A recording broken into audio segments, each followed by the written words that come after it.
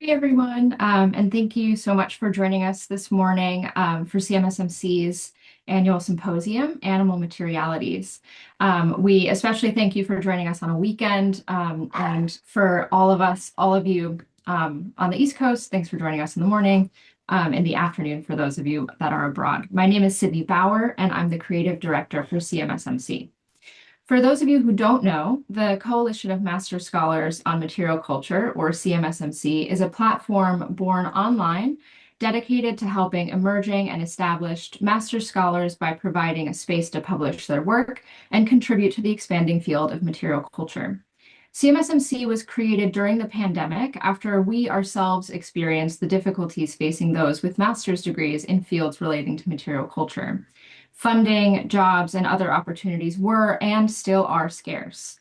Our platform is not associated with any university and is run by fellow master's scholars. We're a 501c3 nonprofit. Our online publication is similar to an undergraduate review, and we aim to fill a gap for those earning or possessing a master's degree. These scholars are often competing with doctoral students or established academics for publication in other journals. In the 5 years that our site has been live, we've published almost 80 articles, with more in the works, and had over 94,000 unique readers on our website. We have also hosted 6 previous symposiums. If you're wondering about ways to get involved or support CMSMC, there are several opportunities.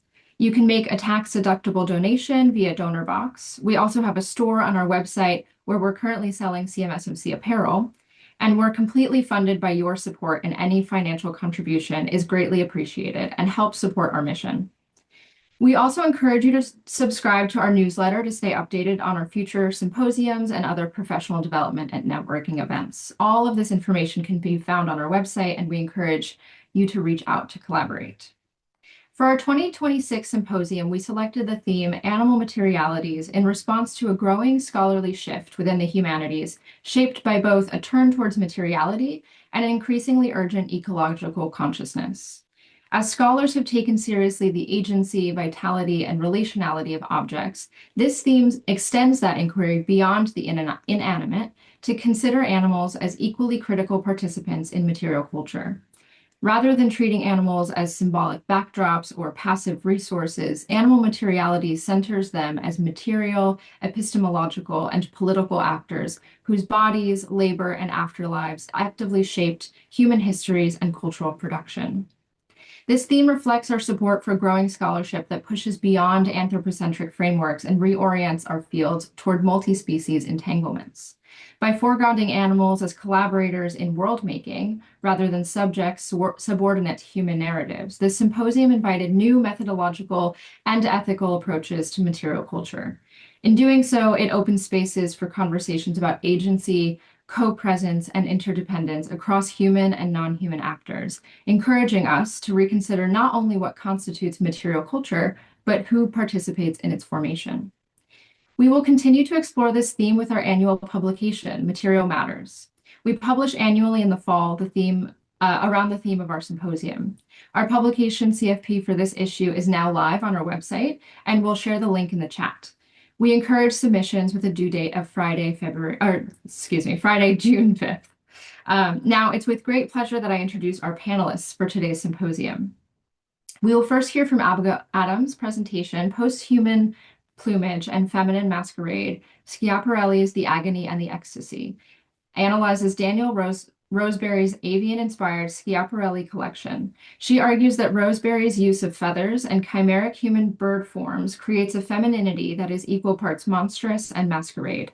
It positions wearers as transforming and transgressive of binaries, armored through animality, and independent through both the mask they put on for the world and their non-human hybridity. Adams, originally from Cleveland, Ohio, received her BA in art history and anthropology from Case Western Reserve University. Her fascination with the theoretical and aesthetic intersections of contemporary fashion and contemporary art led her to pursue her master's degree in the curatorial track of the Fashion and Textile Studies, History, Theory, Museum Practice program at the Fashion Institute of Technology. Most recently, she has contributed to the student-curated exhibition Beyond Utility in partnership with the museum at FIT, the forthcoming exhibition The Gift, Emma Amos with Friends, and other curatorial projects at the Cleveland Museum of Art, as well as American Dream, Immigrants and the Business of Fashion at the Western Reserve Historical Society. Then we will hear from Dorothy Kwok and her presentation, Haunting British Domestic Interiors in the 18th and 19th Century, Ivory and Elephantine Furniture as Animal Spectators of Empire. She argues that Victorian and Edwardian furniture made from elephant remains should be viewed not as symbolic metaphors, but as, quote, material ghosts, end quote, that physically manifest the violence of British imperialism. By analyzing objects like elephant foot liqueur stands and ivory inlaid chairs, Kwok demonstrates how the lingering texture and scale of these furniture bodies force a confrontation with the animal's life and its forced transformation within the colonial domestic sphere. Dorothy is a first-year PhD student in art history at the Graduate Center, where she is currently completing her coursework. She holds a master's degree in the history of art and visual culture from the University of Oxford and a BA from UCL. Her research focuses on 18th and 19th century Eurasian exchange, transnational trade, and decorative arts, with a particular interest in how they participate in the formation of racial and epistemic categories across early modern and modern contexts. Our third speaker will be Emily Craig, who will present When Pigs Fly, Porcine Contributions to 20th Century Spaceflight. This presentation explores the overlooked role of the pig in spaceflight history, arguing that while live pigs never left Earth, they were physiologically essential as splashdown test subjects and biological proxies. The author traces how pigs became inextricably linked to the 20th century aerospace and biomedical fields through pharmaceutical trials, agricultural engineering, and even as astronaut sustenance. Craig is a second-year PhD student in the American Studies program at Boston University. Her research focuses on 20th century United States food history, literature, and culture, and how human and non-human bodies, animal bodies, are mediated through intersectional culinary politics. Next up is Simone Messer and their presentation, Entanglements, the Felt World. Drawn from a mock exhibition proposal, Messer examines wool felt as a physical encapsulation of entanglement, illustrating the complex, multi-directional reliance between humans, animals, and the environment. By organizing tools, traditional artifacts, and contemporary art into an immersive ecosystem, the project uses affect theory and tactile experience to reconnect a society that has lost touch with the material world. Messer is a textiles and fiber arts enthusiast. Simone's scholarly and artistic interests converge around sustainable and anti-capitalist textile practices, such as felting, hand weaving, and movements and traditions of creative repair and reuse.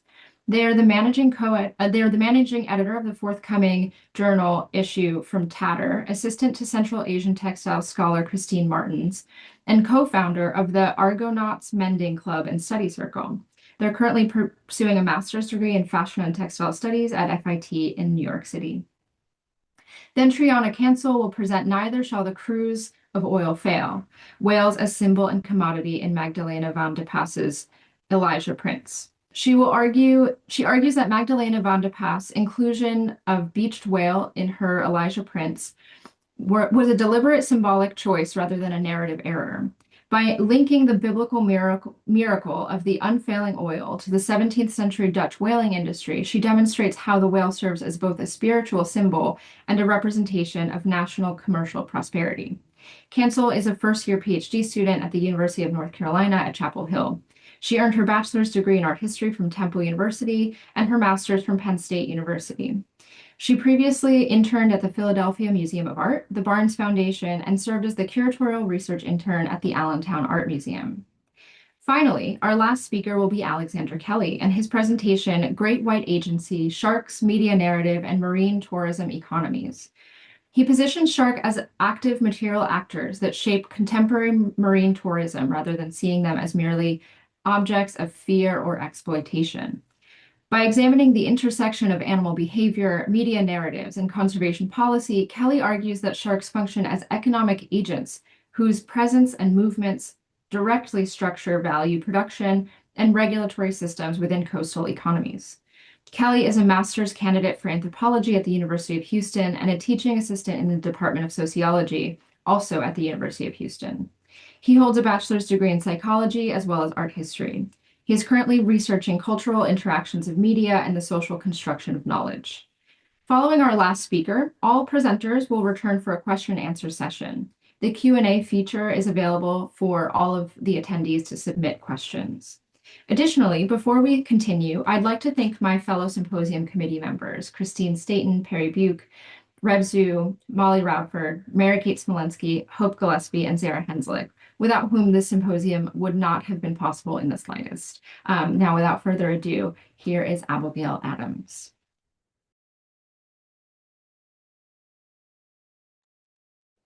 Good morning. Thank you so much, Sydney.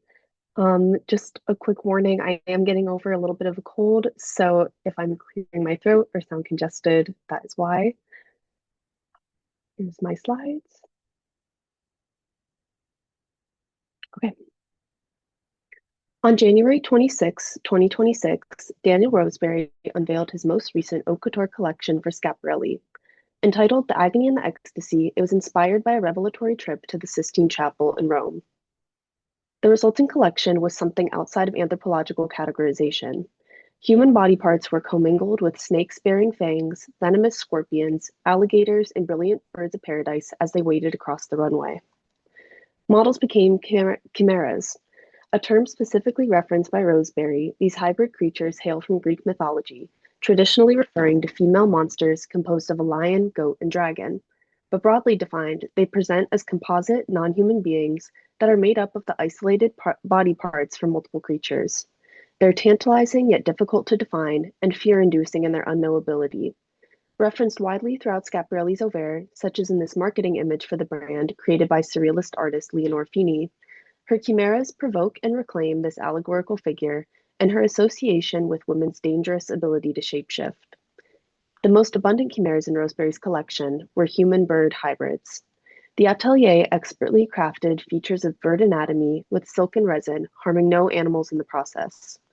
Wings sprouted from jacket necklines, pointed beaks protruded from models' back and breasts, and iridescent silk feathers seemingly grew from gowns.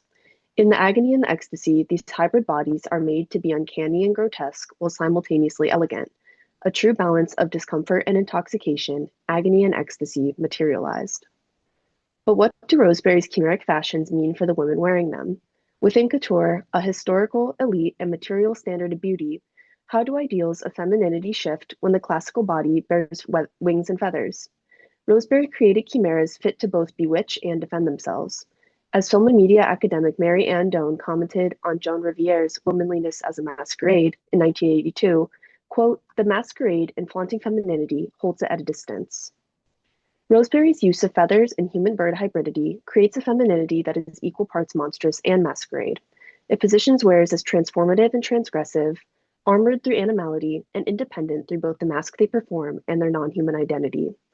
By decentering the human form and embracing post-human design, constrictive and compromising ideas of femininity are destabilized.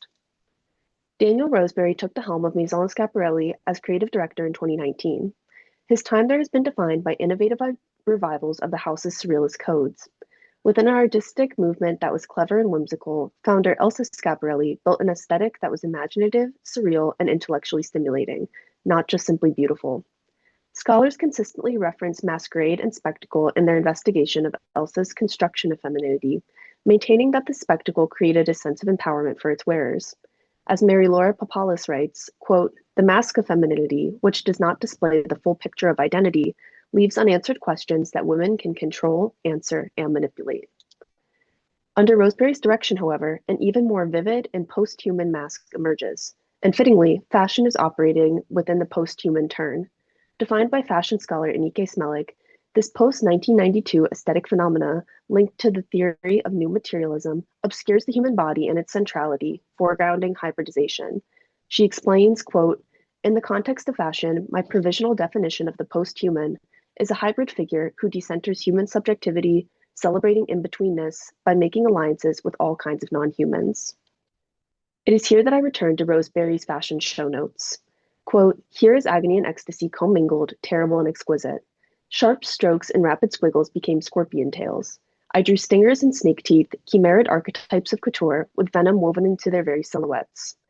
I knew these reptilian arachnid creatures, these infantas terribles as I called them, would become the heroes of the collection, our ceiling. They'd be birds of flight, defying gravity, bold in color, explosive in silhouette. As traditional human bodies are decentered through the careful inclusion of isolated animal anatomies, traditional markers of human femininity simultaneously become obscured. Grotesque, posthuman aesthetics take hold, and in Schiaparelli's surreal landscape, they become equally feminine. My first grouping of looks represents states of transition or in-betweenness. Black garments act as backdrops for striking plumage, intertwining feathers with classic silhouettes. Traditionally feminine corsetry, nipped waists, plunging necklines, and voluminous skirts are interworked with gradients of feathers that produce transformative surface effects, blurring the line between dress and animal skin. These elegant chimeras thus exist in the midst of transition, where feathers remain beautiful and exotic while muddying the classical human form, negotiating a femininity that is both transitory and transgressive. Adorning an Elsa jacket, a name coined by Roseberry to refer to the elegant evening jackets the founder created, vibrant blue peacock feathers jut out from the abdomen. The jacket resists gravity instead of sitting flush to the body, uncommonly emphasizing the stomach through the feathers. Elsa Schiaparelli's original jackets were statement pieces of surreal imagery and interior contemplation, as seen in the mirrored jacket of 1938 and her 1937 astrological design.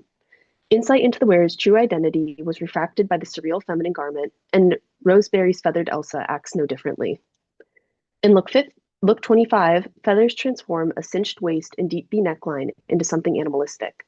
Red and black feathers represent a fictional species creating a wing, suggesting her to be a phoenix, a mythical creature that is continually reborn, continually becoming.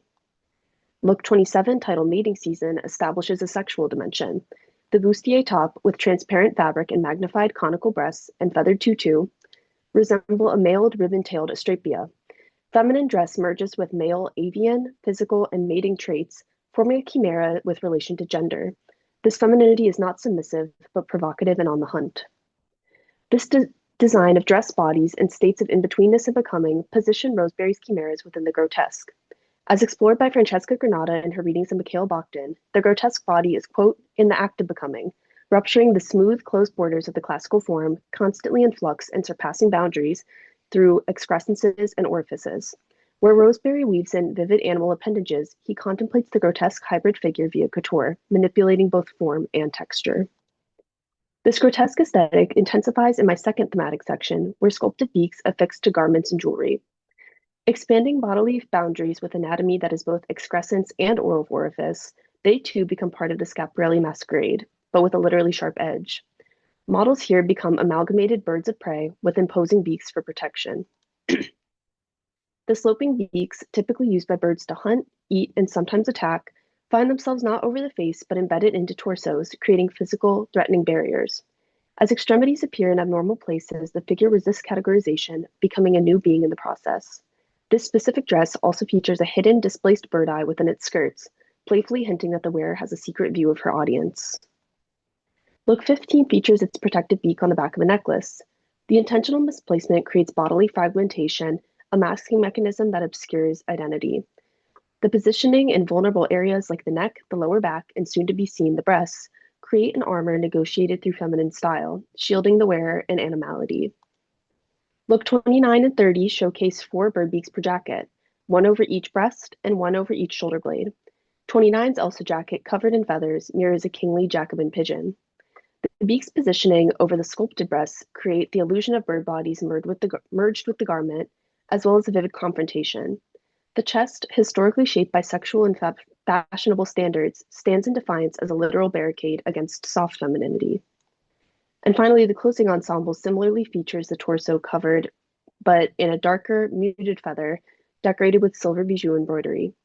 Both jackets open to reveal human skin against the feather, suggesting not that the human is wearing 4 birds, but that they are a part of her and she them. Guarding both the front and the back, animals become collaborators and protectors. Other dangerous, venomous silhouettes include the Scorpio sisters, Look 14, affectionately named Isabella Blowfish, and an iridescently scaled snake-fanged Elsa jacket. All of these pieces represent both predators and prey with weaponry built in. The final category of Roseberry's avian interventions are ensembles with fully realized bird wings. Providing the most literal image of the masquerade, the sculpted wings are positioned around the human head, neck, and shoulders, materializing another of Anike Smelik's posthuman markers, fashion which hides the human face, but the most recognizable human feature. Look 1, nicknamed Defying Gravity, is curiously worn backwards, as seen by the position of its false pocket flaps, and behind-the-scenes photos which reveal that it can be worn in both directions, giving wearers the choice to extend their wings behind them or use them to shield their face, hiding their identity from view. Though not made of feathers, Look 8's butterfly spiral wings recall the metamorphic symbolism of the butterfly favored by the Surrealist movement, but used in a post-human context. Hidden within the wings is a delicate jeweled necklace with faux bird eggs, matching the whimsical tiara's eggs. The abstract wings then serve to hide the precious eggs, just as a mother bird might do in her nest. Finally, returning to Look 30, a victoriously extended wing simulates imminent flight, as if the chimera is reaching to fly away. She uses her grotesque composite form to take flight, ending the show triumphantly and regally. In an interview a few days before the show, Daniel Roseberry stated, "I think people want a reason to believe in something that felt really urgent. In a time of profuse, end quote. In a time of profuse political violence, social fragmentation, environmental catastrophe, and the ongoing war on reproductive rights, who wouldn't want something to believe in? A mythic reality that celebrates humans' alliance with nature and negotiated oppositions to traditional feminine ideals provides an escape to something more hopeful." Schiaparelli's birdwomen can shapeshift, fly away from, and resist the reality they inhabit. Roseberry extends Elsa Schiaparelli's legacy of designing a feminine mask that offers shielding through spectacle, uniting human and animal as meaningful collaborators. As the posthuman turn continues on in fashion, new constructs of feminine presentation will emerge, united with non-human entities. Will more wearers choose to perform the hybrid femininity that Roseberry presented, weaving animal anatomy into their dress? While it's difficult to predict how the agony and the ecstasy will fit into the fashion that is still to come, it is undeniable that we are living in a post-human world.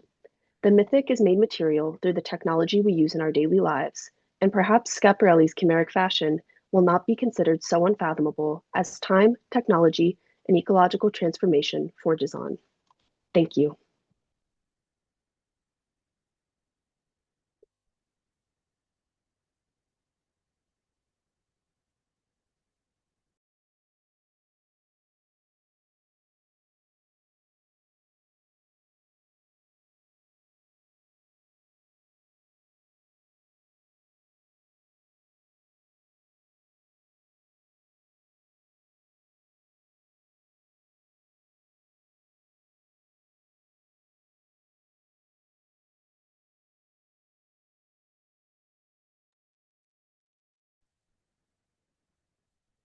Hi everyone. Good morning, everyone. My name is Dorothy. I am a first-year PhD student at the Graduate Center, and I'm very honored to be sharing with you my research in progress, hunting British domestic interiors in the 18th and 19th century, ivory and elephantine furniture as animal specters of empire.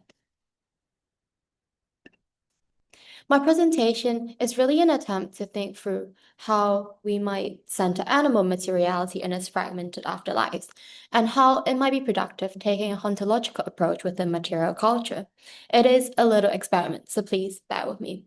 Cultural geographer Derek McCormack situates the spectral turn in cultural history and post-colonial studies within broader attempts to engage materiality, whereby spectral matters allow us to attend to the necessary impossibility of the fullness of presence, unquote. Hauntings in this framework are inseparable from the pre-existing assemblages of material conditions. In the proposal of spectral geographies, Joe Francis Madden and Peter Addy writes that, quote, ghostly relations tangle up the string of temporal linearity. Past and futures bear a supplementary relation to the present. Spaces and times are folded, allowing distant presence, events, people, and things to become rather more intimate. End quote. Reading on Derrida's spectral politics, they argue that if spectrality have temporal politics, then it will also have spatial politics. Attention to the experience of haunting, the grappling of affective, highlights the multiplicities of specters, particularly through their taking place in different and distributed bodies and in different spatial temporal contexts. So the question driving my research is this: can animals exert a form of power and agency in the physical world on the spatial practices of the living? even in the afterlives. The largest scope of this project looks at a range of elephantine and ivory furniture, including Roland wood taxidermic pieces. But for today, I want to begin with a simple, single object, the solid ivory armchair made in Murshidabad in India around 1785. Ivory furniture's presence in British collections is noteworthy, as historian Kate Smith writes, quote, precisely because the company did not extensively trade in it, end quote, unlike commodities like tea, textiles, or porcelain. Ivory furniture seems to have entered Britain through individual purchases or as gifts made by or to company servants while in India, even though the nevertheless shared foul relationships with elephants in India through cases of wild elephant hunting. In this case, this chair is gifted by Muni Begum, the wife of Mir Java, the Nawab, or regional ruler of Bengal, installed with British support, to the colonial administrator Warren Hastings and his wife Marion. Hastings served as the first Governor-General of Bengal from 1773 to 1785. The chair was later installed in his estate, Dasford House in Gloucestershire. This is in the period following the Battle of Plassey in 1757, which marked the consolidation of the company's power in Bengal. In ancient Greek, the word elephas translates to both ivory and elephant. Ivory, which appears to have been known before there was a widespread understanding of elephants themselves, was in a way standing in for the elephant body. As a raw material, ivory for most consumers was entirely disconnected from the realities on which the industry was built and from the animal. So today I want to center how the elephant body persists in the furniture that seeks to abstract it. Ivory is essentially the tusk of often an elephant, a growing front tooth that protrudes well beyond the mouth of certain mammal species. Creating ivory furniture required deep knowledge of elephant tusk anatomy, especially to maximize economic value, leading to anatomical diagrams like this one here. So as we can see here, on the outer surface, there's cementum, which is the layer that originally binds the tooth to the jawbone. Beneath that, there's dentine, which makes up the main bulk of the tusk, and it's the hard material that's worked in carving. We can also see the natural curvature of the tusk. They're almost never straight. After the fouling process of extraction, which is a topic in itself and one that I won't go into today, the tusk is then cut into sections, and these sections have to run parallel to the central axes that I marked in pink here. Running through the center is actually the nerve canal. It is often left out of anatomical drawings of tusk. It acts as this central axis, but more importantly, it marks the extreme pain and involved in the extraction of an elephant tusk. We'll come back to this in a second. This chair is quite rare in that it emerges in a moment when we begin to see the influence of English furniture design patterns in the production of ivory furniture in India. For example, as we can see here, the rounded inward curving armrest of the chair takes up the design from Hepplewhite's guide, whereas the claw and ball feet design at the end of the chair and the light hollowed out central back panel also recalls designs from the Gentleman and Cabinet Maker's Director by Thomas Chippendale. However, if we look more closely at the construction of the ivory chair, especially at the joints here, we can begin to see how the material is shaping the form of the object. I want to suggest that the legs here are actually made from slightly curved sections of the elephant tusk, and that the form is conditioned by the elephant body itself. The natural curvature of the tusk does not fully fit the shapes of these elephant designs, English designs, so that the form cannot be imposed directly. Instead, the elephant body demands a kind of negotiation in the making process. We can see this in the joints themselves. The fissures on both sides of the legs do not match up in a way that they would suggest repair after it was made. So this is likely another piece of ivory that has been joined in intentionally. This kind of joining is in fact common practice when working with ivory, precisely because the material cannot be freely reshaped. Moreover, as shown in this diagram, longitudinal sections passing through or near the middle axis, so closest to the nerve canal, as we saw earlier, presents a series of alternating dark and light zones. These sometimes run into each other, forming irregular ramification patterns. We can precisely see the traces of this ramification here on one of the inside panels of the chair, next to the label William II, the label marking the ownership of William Hastings. So right here, you can see the ramifications. Even the Schrager lines, which are often used to authenticate elephant ivory, are largely obscured in finished objects like this. The structure of the tusk is still very visible here. The elephant body is not fully concealed. What is striking here to me, is the proximity between the trace and the inscription of the ownership. The name of this general appears right next to the nerve of the elephant, which marks the violence and pain involved in its extraction. In this way, the body is folded, distance is collapsed between both temporally and spatially, and the chair allows the owner to quite literally, quote, touch empire, end quote. Now I want to move from the object itself to think about its placement on a larger scale. The drawing room derived from 16th century the 16th century term withdrawing room and withdrawing chambers is a very gendered space where ladies withdrew after meals to allow men to drink and discuss politics. The drawing room inventory from Dayswood House, Warren Hastings Manor House in Gloucestershire includes the list of ivory furniture, as we can see here, including this armchair. These pieces were part of a collection presented to Marion in 1784, and Hastings noted in a letter that they are, quote, of very great value, not of little as you might expect, end quote. This value tied to circulations of the East India Company and Imperial Exchange, but it is perhaps indeed not very immediately visible. The light and reflexive color of ivory, the open work forms based on Chippendale's designs, seem to visually lighten the object and obscures material density. In Suggestions of House Decoration in Painting, Woodwork, and Furniture, Rhoda and Agnes Garrett writes that, quote, the drawing room should exhibit a light and airy appearance befitting the purpose for which it is ordained, end quote. Like the example here, it should be furnished with delicate objects and draperies. The drawing room is therefore not just a feminized space, but a space that is defined by ideas of lightness, refinement, and service. Another contemporary text similarly notes that, quote, there's no object to be gained by solid, honest inward depth and goodness of construction or by the use of valuable material, end quote. In other words, the solidity itself is not desired at all in this space.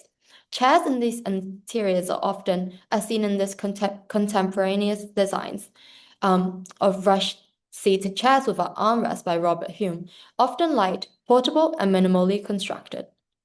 The drawing room is therefore a space that is designed to be detached from labor, from material weight, and from the visible conditions of empire.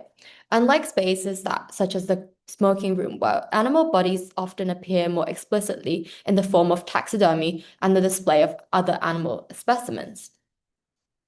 The dense solid ivory of the elephant body, explicitly emphasized in the inventory, its heavy weight despite its experience, then disrupts its very lightness. In this way, empire enters a domestic space that is meant to remain detached. The claw and paws feet especially reorganizes the elephant body into something like almost like a new animal form that physically supports the human. In sitting on it, the human seeks to enact a relation of dominance over the animal, one that is openly performed in the colonial context that conditions its very production, but obscured in spaces like this. Following a ontological framework, sorry, I realize I'm running out of time, so I will just quickly wrap this up. Following a ontological framework, this is the presence of something that has not been fully resolved. What we encounter then is a folding of physical space, where the animal of empire haunts the domestic interior that is structured to conceal it. The violence of extraction, the relation of animal domination remain materially active within the object, even as the space attempts to suppress it. Thank you.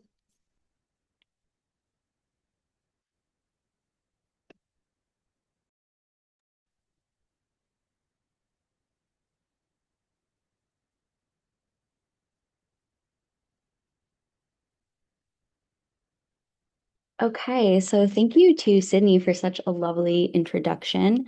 As stated, my name is Emily Craig. I am a second-year PhD student at Boston University in the American Studies program.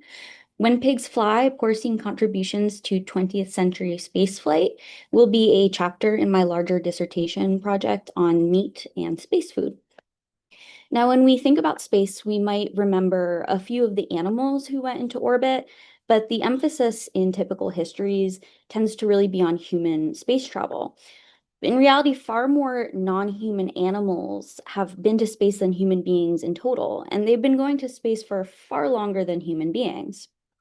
I find it natural to label this history as specifically an animal-human history, prioritizing animal travelers whose experimentation, labor, and sadly sacrifice was transformed into human meaning.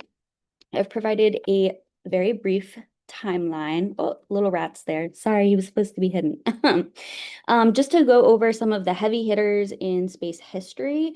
There are so many animals who have gone into space, usually multiple species at one trip. And we need to keep in mind that it's not just the United States, or during the 50s and 60s and 70s, the USSR, it's countries globally. So this is very American focused and Soviet focused. So just bear that in mind. This timeline is not complete. So the first non-human animals to go into space were actually fruit flies in 1947. Following this, the rhesus monkey Albert II reached space in 1949. Unfortunately, his predecessor, Albert I, died before actually even reaching space. The rocket itself didn't cross that barrier that we would consider to be the outer space barrier. Had it done that at all, it really wouldn't have mattered because he died before launch. Following this, monkeys continuously were launched into space. They had a frequently and very saddening mortality rate. Scholar and writer for NASA, Tara Gray, hypothesizes that about 2/3 of the monkeys sent into space in the 40s and 50s died during their missions or on their return home. Failing parachutes and the impact of crashes when re-entering the atmosphere were very deadly. Mice were first sent into space in 1950, and in July of 1951, the Soviets sent the first two dogs into space. Just over 6 years later, in 1957, the Soviets sent yet another dog, the infamous Laika. And these are not accurate representations of the animals who were sent into space. I have a slide separate for those. Laika died in orbit. It was designed for her to die in orbit as they didn't have the technology yet to bring her home. In 1959, the US sent two female monkeys, the rhesus monkey, Miss Abel, and the squirrel monkey, Miss Baker, into space, and they were the first two monkeys to survive spaceflight. In July of that same year, the Soviet rabbit, Marfusha, became the first rabbit in space. In 1960, the Soviets flew another monkey into space, technically a great ape, Ham the chimpanzee, and they also flew rats.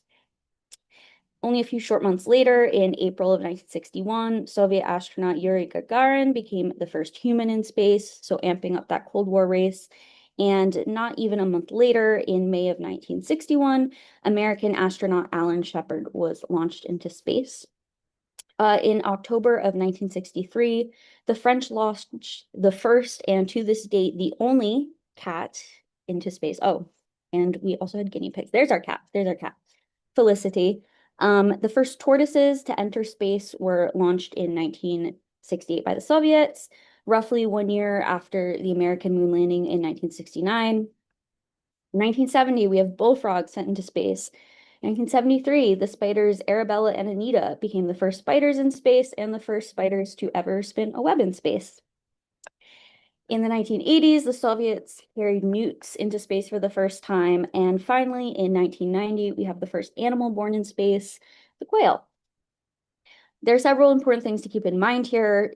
First, to this day, even now, animals are being brought into space. They tend to be insects, fertilized eggs, fish, rodents, and animal sperm, rather than living large mammals. Again, this is also just a list of the heavy hitters. I couldn't include as many just because of the redundancy. Like we had tons and tons of monkeys, tons and tons of dogs, lack of space and lack of time. And third, especially in these early years, space travel and experimentation was really dangerous and really fatal for these animal astronauts. That being said, astronauts in both the United States and the USSR and astronauts all over the globe today have a lot to thank for these early astronauts, these early animal pioneers into space.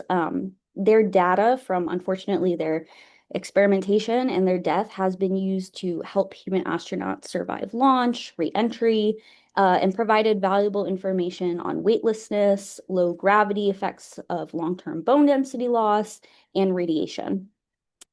So in the most real way, for example, Albert I, who I said, he had passed away before he was even launched into space. He died because the Mercury capsule he was in was too cramped. Alan Shepard here is in the human-sized version of the Mercury capsule, and it still is admittedly a pretty tight fit, but the data they collected from Albert I's death was critical to get Alan Shepard into space. And before we get any further, I just have some photographs of the actual animals. So that is Miss Baker, the squirrel monkey in the top left, Ham, the chimpanzee. Albert I is that poor monkey in the bottom middle.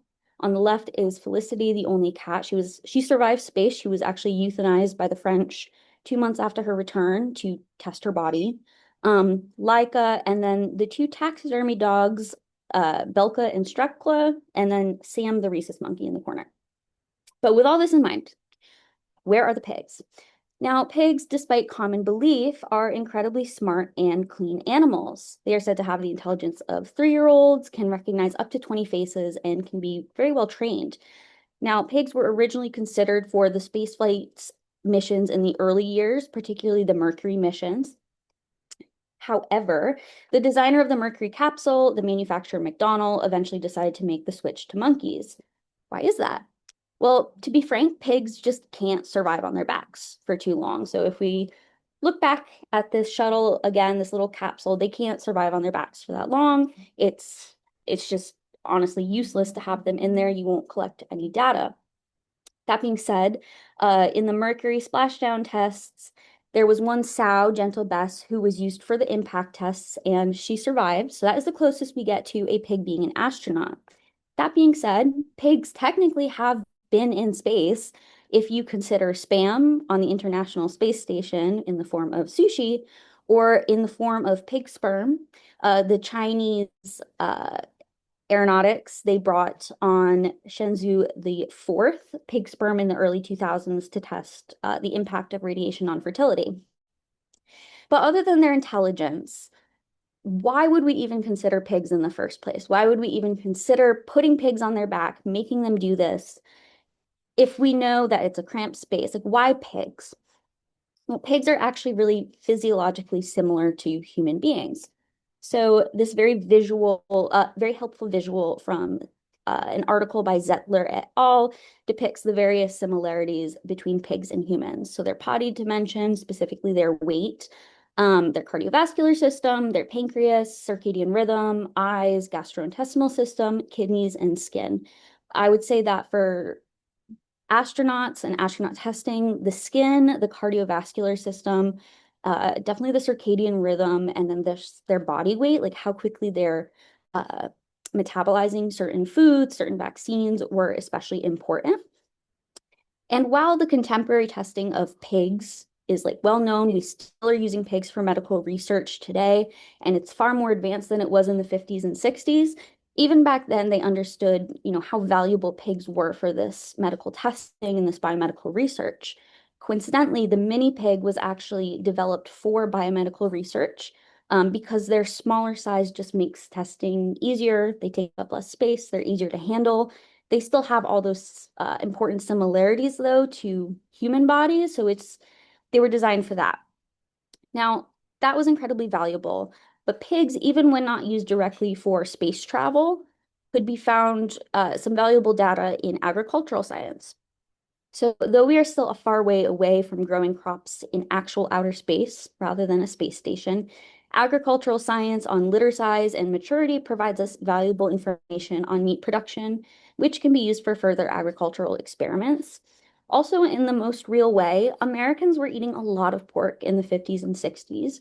It did tend to decrease in the 60s, but just in the sense of fueling the people who were going into space, working on these experiments, pork and pigs played a critical role. What is quite interesting that compared to the 50s and earlier, pigs were really valued for being quite fat. They were called lard pigs. And then starting in the 60s with a turn to beef and a desire for like leaner, less fatty meats, pigs were actually bred to go and be like lean, mean muscle machines. So on the left is a lard pig. That is the English black pig, and on the right is the Hampshire pig. Finally, as we consider the climate crisis and the role of space travel in climate emissions, there is some debate over using biofuels for aeronautic research, specifically using corn ethanol, such as the corn ethanol that we might gather from the corn that's frequently fed to pigs. That being said, at one time it was considered a potentially really valuable biofuel. We now know that it does tend to have more negative impacts than positive on the climate. So we've turned away from that, but NASA is still interested in alternative biofuels. With all that in mind, why do pigs continue to get erased from space history? And honestly, why do they continue to get a bad rap in American society? More importantly, and near and dear to my heart, which animals, why pigs? Why are pigs considered acceptable test subjects? So for that, I turn to Mel Y. Chen's Animacies, Biopolitics, Racial Mattering, and Queer Affect. And essentially, they argue that there is a hierarchy of which non-human life we consider valuable. So those softer, cuddlier animals, your domestic pets, your Fluffy or your Fido, we have more of an attachment to them. We place better or more value to them, even though this hierarchy is completely constructed, it's not innate. And so those animals we would deem it to be more upsetting to test on them. Because pigs are considered dirty, they are considered lazy, they are considered fat, so there's also some fat phobia in there. They are not considered as desirable or lovable, and so it is deemed acceptable to test on them and to use them in biomedical research, which coincidentally, most people think of bigger pigs. They don't really realize that it's those mini pigs being tested. So I think that also adds some complexity to the hierarchy in this animal testing and something to consider. But I'm particularly interested in using this hierarchy in my research. So with that being said, this will be part of my larger dissertation project. This chapter is going to pull upon a variety of sources. I'm going to be looking at space food from the 50s and 60s. I want to go into the NASA archives, but the astronaut's cookbook does directly pull from the NASA recipes, so I'd like to get my hands on that. I'm going to very much be using Alex Blanchette's Porkopolis. It is a fantastic book. It is quite sickening to read about the modern and contemporary factory farm and pig slaughtering. So I recommend it, but you have to have a strong stomach. And then I'm also very interested in looking at cultural representations of pigs, specifically children's media.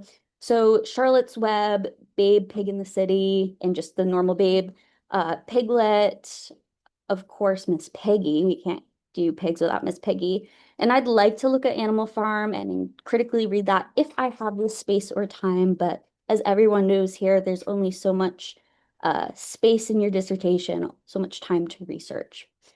With that in mind, thank you so much for listening. I hope this provided some information about pig history, space history, and inspires further research. Thank you.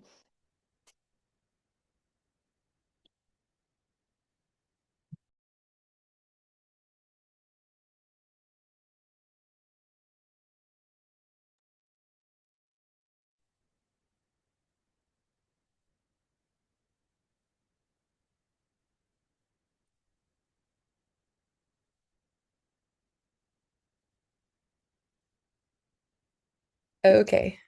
Hi, everyone. Um, my name is Simone. I'm a master's student in the Fashion and Textile Studies program at FIT. Um, Sorry, can you all see my screen? We cannot. Totally. Um,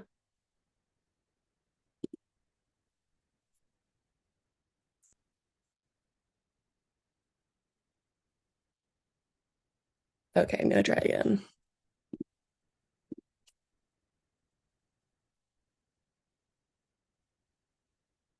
Um, hmm, Sorry.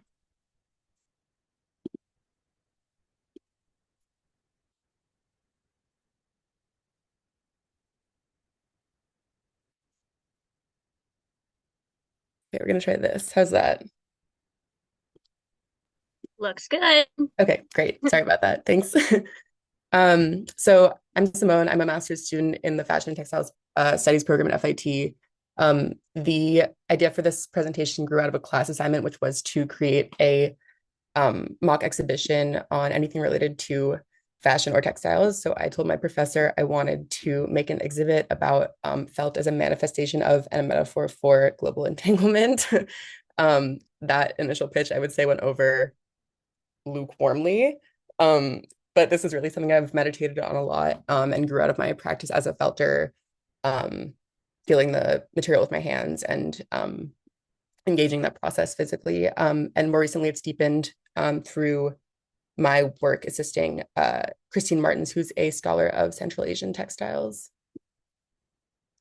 So I'll start by defining my terms. In affect theory, entanglement is the multidirectional web of interreliance between humans and the non-human entities or actors, as Bruno Latour calls them, with which we coexist. So that's the big players, ants and animals and plants, but also landscapes, weather patterns, and also the tools, materials, and objects we use and make. So everything we touch, literally and figuratively. What I'd like to do here is draw like a red string between the production of felt, which is an engaged, deeply tactile and communal process, the use of traditional felt objects, which is a recursive, interactive, infinitely generative relationship, the materiality and the materiality of felt, which is an apt metaphor, A, for the entanglements invoked in felt's making and use, and B, for a way of being human that is in physical and spiritual collaboration with our fellow actors. So at its simplest, felt making requires only moisture, pressure, and friction to firmly and irrevocably bind wool fibers together. Felt making is a really physically demanding group project and a complex entanglement between human felt makers, wool-bearing animals, other animals who sometimes help in the felting process, as we'll see, the tools and water used, the wool itself, and the objects into which that wool is in the process of transforming.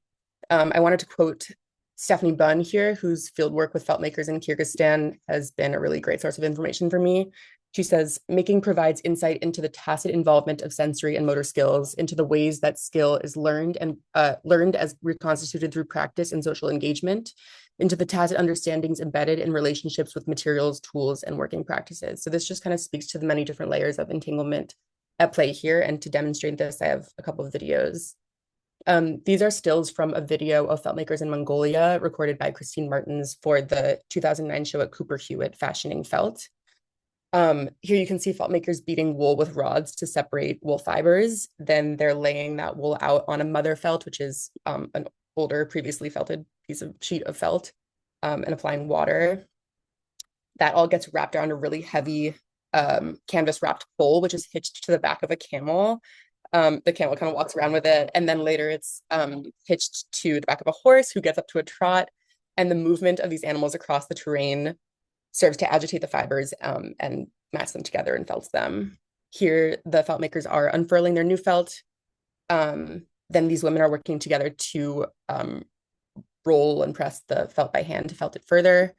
And then finally, white felts in Mongolia are often embroidered with camel hair in motifs meant to bring prosperity and health. So you can see just how many actors are involved here. Not only is this a social engagement, but it necessitates the participation of animals and weather. It requires careful use of valuable natural resources and found materials, and even the land itself is a player. And then at the end, the felt is imbued with the hopes and dreams of the people who have made it, completing this web of entanglement. Here we go. This is the women of the Inverclyde walking group. I'm gonna play this video on silent, but they're singing just to save time so I can continue to talk. To walk wool is to full it after it's been woven. So it's woven on the loom, it's taken off the loom, and then it's beaten and stressed, as you see here, to make it more durable. This is a tradition in the Scottish Highlands and is accompanied by rhythmic singing in Scottish Gaelic, specific songs for different parts of the process that help them keep time, and also singing is fun. And so these women are linked by the strenuousness of their shared task, the piece of cloth they're all touching, their traditional songs they're singing together, and also, of course, just the shared physical space. So the next layer here is use. Felt making is believed to have originated with nomadic groups in the steppes of Central Asia, where traditional felt objects continue to be made and used today to mediate harsh environments. These objects enable and reflect a set of entanglements between humans, the objects in use, and the ecosystems those objects make livable. Felt also strengthens over time as it compresses and gains durability. So in this way, the object in use is also continually remade. This section really wound up being about traditionally nomadic people because, as anthropologist Berthold Laufer writes, for nomadic people, felt was part and parcel of their lives, inseparable from their inward thoughts. So the first example is the socks worn by the Churchin man. The Churchin man was one of 5 mummies uncovered in 1978 in the Tarim Basin in Xinjiang in northwest China. He is estimated to have died around 1000 BCE, and these are the socks he was found wearing. I'm going to quote Elizabeth Wayland Barber, who wrote a book called The Mummies of Urumqi on the bodies that were found. She says, "This man had simply wound colored hanks of combed wool around his legs and feet to pad them and insulate them against frost. Constant rubbing inside the boots would gradually compact it into a solid material." Then she notes the last name Walker actually means felter because the verb walk originally denoted the act of compressing wool into felt by stomping on it in a tub or stream. So that brings us right back to the walkers we just watched. And so again, this just kind of underscores the interactive, ever-evolving project between wool object and human user. The next example is a kepenek. A kepenek is a traditional Turkish shepherd's cloak, which is kind of like part cloak, part portable tent, part awesome sleeping bag. They are so thickly felted that they are impervious to wind and rain, and like other felt objects, they become more weatherproof over time as the felt condenses and lanolin and dirt migrate to the surface, forming a weatherproofing barrier. My third example is a saddle blanket. This 2,500-year-old saddle blanket is attributed to the nomadic Scythians of the Altai Mountains, and it is evidence of the prevalence of horseback riding in Altai culture, as well as extremely sophisticated techniques of felt making in the 5th century BCE. This also exemplifies the Central Asian aesthetic tradition known as animal style, of which the mirrored horned animals are typical. The aesthetic tradition alone speaks to the deep entanglement between the Scythian people and the animals with which they cohabitated. So here's the third and final layer. This is kind of the layer that started it all for me. When I was learning to felt several years ago, I would make felt and then hold it up to the light and observe the way that the fibers were ossified together in ways that were swirly, but also intersecty and tangly and smooth and lawless and chaotic and just alive in a way that felt almost pulsing. Felt is composed of many individual wool fibers which interact and lock together to grant it its characteristic strength through countless tiny tensions. In this way, felt is almost better defined by these nodes of contact than in terms of the individual fibers themselves. So that was what I came up with years ago. I thought it was an awesome and highly original idea. So you can imagine my surprise when literally the night before the assignment on which this presentation was based, I found this quote from Deleuze and Guattari in 1980. They write, "Felt, the anti-fabric, implies no separation of threads, no intertwining, only an entanglement of fibers. It is in principle infinite, open, and unlimited in every direction. It has neither top nor bottom nor center. It does not assign fixed and mobile elements, but rather distributes a continuous variation." Earlier in my research process, I was reading and trying to reconcile other theorists I thought were getting at the same concept. In explanation of his actor network theory, Bruno Latour writes, Strength does not come from concentration, purity, unity, but from dissemination, heterogeneity, and the careful plaiting of weak ties. Literally, there's nothing but networks. There's nothing in between them. And then finally, I really love this like completely snarky quote from Joseph Beuys, who says, "People never think far enough ahead to say, well, if he's working with felt, perhaps he meant to evoke a colorful world inside us."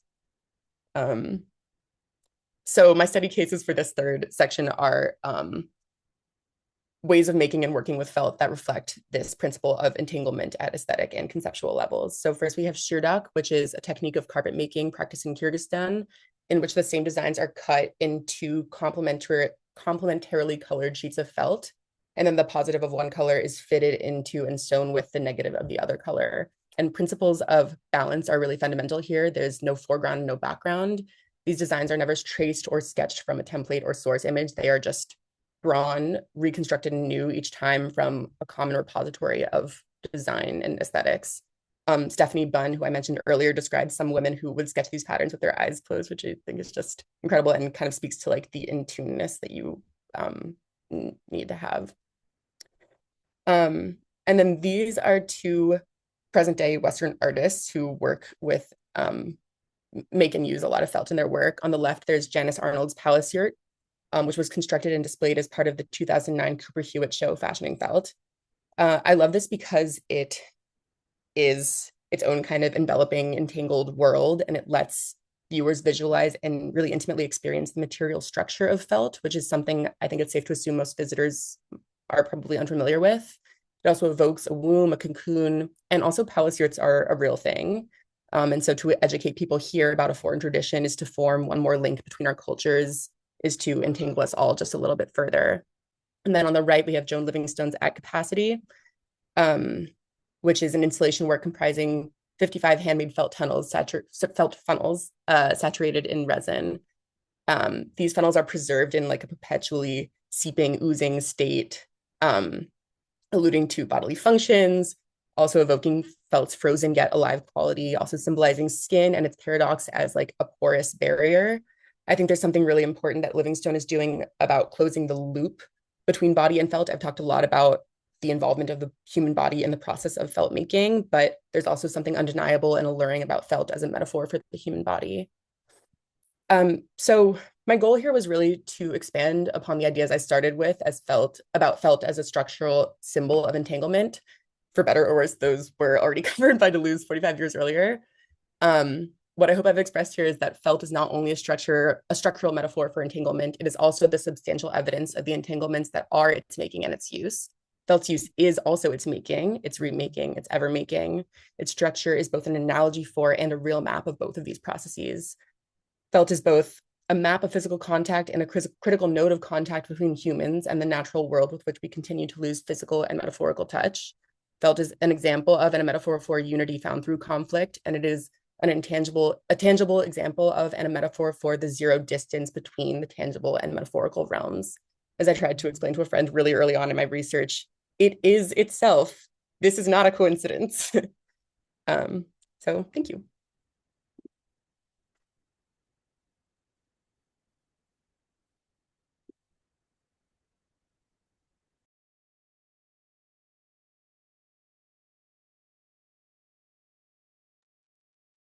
Hi, thank you, Sydney, for that introduction, and also thank you to the committee for organizing this symposium.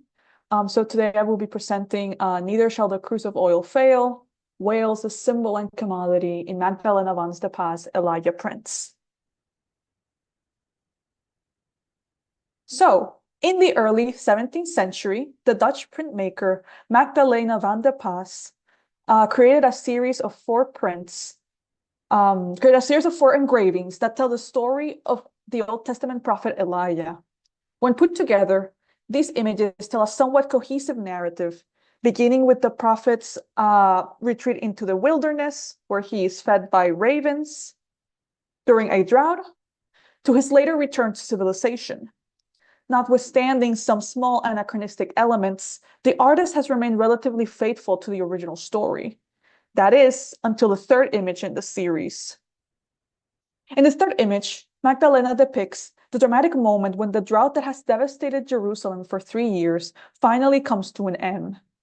Starting on the right, Elijah stands prominently in the foreground, arms raised and looking towards the sky, almost as if preaching.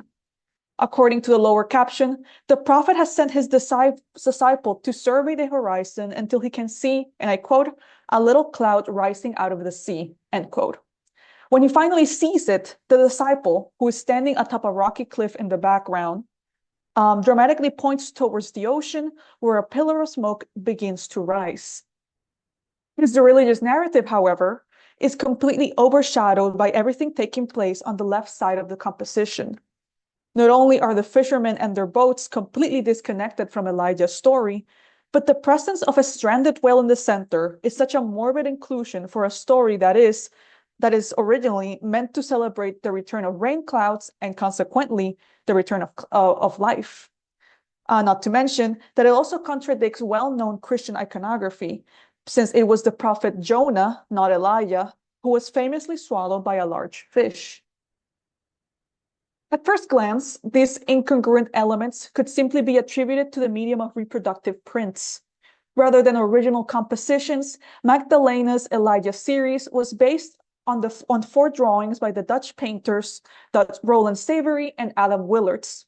In fact, the prints make it clear that Savery and Willards are the original inventors of the composition, while Magdalena simply reworked their images by adding biblical verses and inserting the figure of the prophet. Consequently, the whale's inclusion could be dismissed as a side effect of copying an image that originally had no relation to the biblical story. Nevertheless, not only does this explanation oversimplify Magdalena's creative process, but also dismisses the whale as simply a background prop with no symbolic resonance. Instead, I think it's important to consider two relevant phenomena. First, the tradition of beach whale prints and the Dutch whaling industry during the 17th century. By taking these elements into consideration, I demonstrate how Magdalena uses the whale's role as symbol and commodity to underline Elijah's prophetic and miraculous abilities. Between the 16th and the 17th centuries, around 40 stranded whales were recorded across the Dutch coast. These creatures and their unfortunate fates became the subject of much fanfare and fearful speculation from the public, with several prints representing these bizarre incidents as bad omens. John Saradam's portrayal of a beaching that took place in 1601 is one of the most elaborate examples of this tradition. Placed right in the center, the massive behemoth completely dominates the composition, with the surrounding crowds looking on with curiosity and surprise. The decorated frame bordering the print provides a more ominous implication by suggesting that numerous calamities, such as 2 eclipses, an earthquake, and a plague, followed or coincided with the whale's stranding. Other beach whale prints similarly emphasize the event's negative implications through inscriptions that interpret the events as warnings from God. These omens were not just simply limited to natural disasters, however, but were also related to political strife. By no coincidence that these prints depicting stranded whales flourished between 1570 and 1610, a period that overlapped with the 80 Years' War, a conflict between the newly formed Dutch Republic and the Spanish crown. With that being said, a stranded whale could also have more positive implications. With the population increase that took place during the early 17th century, several Dutch cities began heavily investing into the fishing industry. Starting in 1612, the Dutch began sending hunting expeditions into Arctic waters to exploit the newly discovered whale population of the area. 2 years later, and to counter English whaling operations, Dutch merchants formed a monopoly that protected them from foreign attacks and gave them greater authority over the area. By the 1620s, the Dutch had already become the leading whaling power, outdoing their English, French, and Spanish competitors. During this early period, the type of whaling most commonly practiced by the Dutch was performed along the shores, near the refineries, where the creature's carcass was stripped of numerous products. Blubber, a thick sheet of fat that helps the animal stay warm, was particularly valued.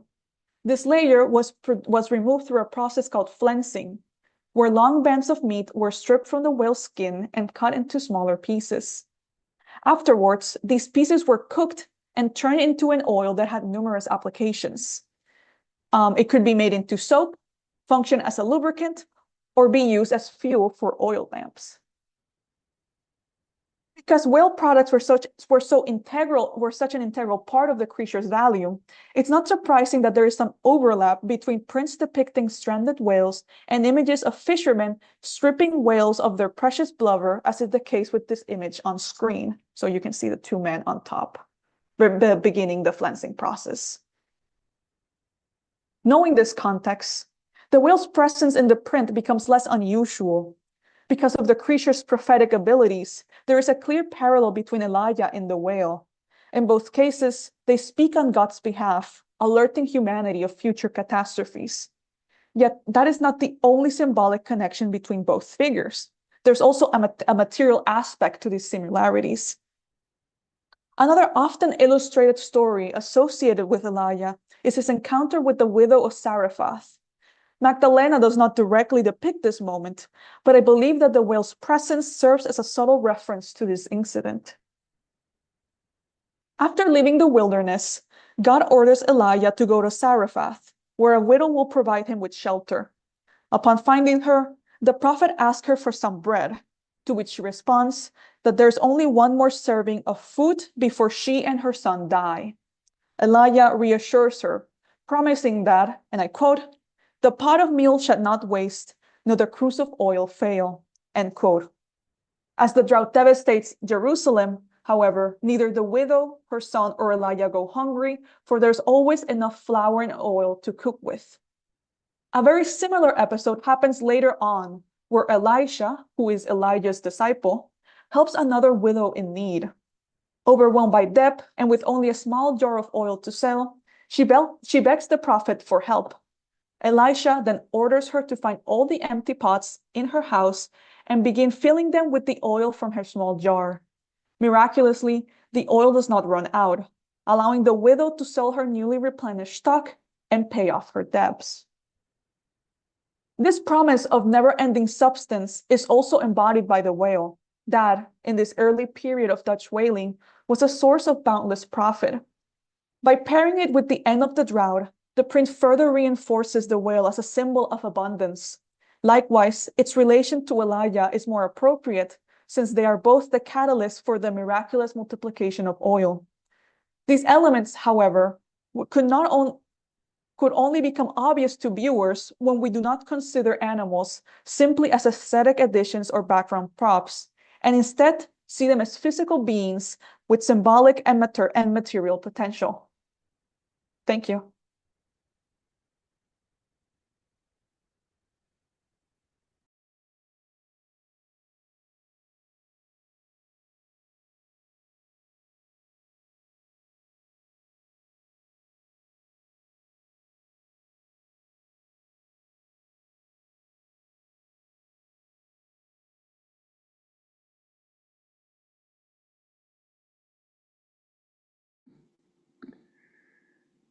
All right, is everyone able to see my screen?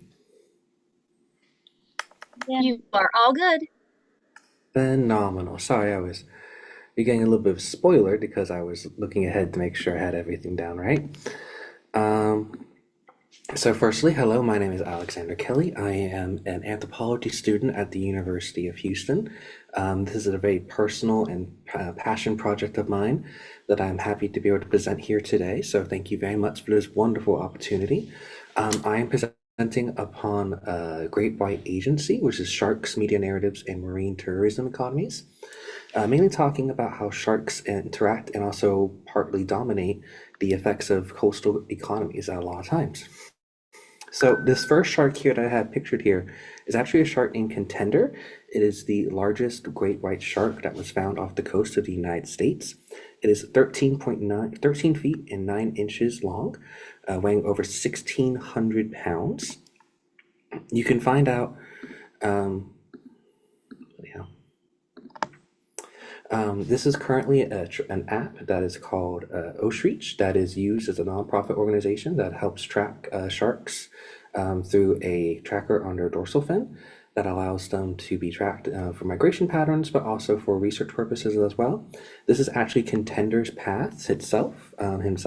You can see he's actually last located, which means he had reached the surface with his dorsal fin off the coast of North Carolina yesterday. So he's still very much alive and active and off the coast. So if you ever go to Myrtle Beach or Wilmington or anywhere in this area, there is a giant shark out there. So do be mindful of that. Now, with that in mind, I do have a few research questions I'm going to be going over through this presentation. Mainly, how do sharks shape human and economic and political systems? Can sharks be understood as agents in material culture? And how do tourism, media, and conservation depend on sharks? My central thesis for this is that sharks co-produce and influence tourism economies, media narratives, and these conservation regimes, making them material and economic agents in the governance of the ocean. I want to center back and circle back to the original quote that was helped inspired this conference that we are able to attend, thankfully, from Roberts, which is the articulation of agency theory, which rejects an absolute ontological distinction between humans and things, and instead treats material entities as collaborators in the production of social worlds. And this idea that sharks qualify as agents and that they simultaneously symbolic and materially affect the economies as well, particularly in coastal regions. I'm focusing on the United States, but there's also large influences I will touch on in regards to South Africa and Australia as well. First thing I want to talk about is the movie Jaws. Now, it is important to note that in the original poster of Jaws, the shark that is featured in here is actually a mako shark and not a white shark, which is a great irony, and also shows how the image of the great white has imposed itself on multiple species as well. Jaws itself is the original blockbuster. The actually term from blockbuster comes from Jaws, the amount of people that would circle around the blocks around a movie theater to see the film. It actually had a sizable economic impact on the coastal communities and a thing called the Jaws effect, in which that people did not attend the beach that year. There's actually a sizable traceable deficit in coastal economies that year that the Jaws came out, 1975, in which that they saw over a quarter, 28% of attendance drop that summer. So even just one movie about a shark has caused already a massive impact in economies on the coastal market. Shark Week, which is also on Discovery Channel a lot of times and very famous for its shark-related films, garners about 25 million viewers, at least in 2024, with great whites appearing in 18.4% of all episodes, and is the most featured despite there being over 500 plus species of shark. And the total shark economy, this includes lots of shark movies, not just the latest one that we saw on Netflix release, which is Thresher, but also lots of bad shark movies, like things like bad CGI sharks and virus sharks. The great white shark is often the base blueprint for all of these films, just strictly due to Jaws. And moving on to my next slide, it is also represented as well, part of material culture in art. Now, this is an unfortunate creation in which involves a deceased tiger shark. It is titled The Physical Impossibility of Death in the Mind of Someone Living by Damien Hirst. This is his first of several artworks that feature a deceased shark that was suspended and preserved. The work itself actually features a tiger shark, not a great white shark, but most people still assume it is due to the mass proliferation of the great white shark imagery. And it actually sold privately to the sum of $8 million to $12+ million. Since it was private, there's no public record or receipt of it, but the owner who did purchase it claimed it was $12 million, but that's also up to the owner. The last time we saw it listed was at $8 million. This also shows the economic impact of just one shark as an art piece, which later will go on to make more, is worth multi-million dollars. This is also a feeding factor into the evolving relationship between humans and sharks. It's never been static. It's actually been a succession of economic and cultural transformations. We could see back when sharks were more demonized and made monsters, they generated mythology. It's taboo a cultural fear. We can see this a lot in East Asia, particularly in Hawaiian, Polynesian, and Maori nations. We also have one of the oldest victims of a shark attack that was found off the coast of Japan recently. So it shows that these coastal nations have had a long history of interaction with sharks, and that they also were things that were feared by the early explorers, or respected at least. When they became just threats and we moved on beyond just more mythological interpretations, they were seen as their symbolic agency escalated into governance. So we see culling programs, beach closures, and this is around the same time with the Jaws effect. So we're approaching now to the late 20th century at this point. Then they became fishing resources. We see about the illegal shark farming and fishing that happened with shark fin soup, also in the Pacific Ocean. Shark fin soup, apologize. With also their teeth and their meat, but mainly their fins and teeth. This led to them becoming endangered, and the vulnerability prompted their inclusion into a large amount of treaties, particularly the Convention on International Trade in Endangered Species, and they were added to the appendix for that. With that happening, they became tourist attractions, and their living presence actually became more economically powerful than their deceased ones as well. Each individual shark itself is worth over $1 million, and this is just in Guadalupe Island alone. In some parts of South Africa and off the coast of the United States, they can be worth even more than that, up towards to just one living shark, garnering a tourism agency of $11 million or more. To further this on, this is a picture of a hammerhead shark, but also, but unfortunately have the cover so I can read my slides better.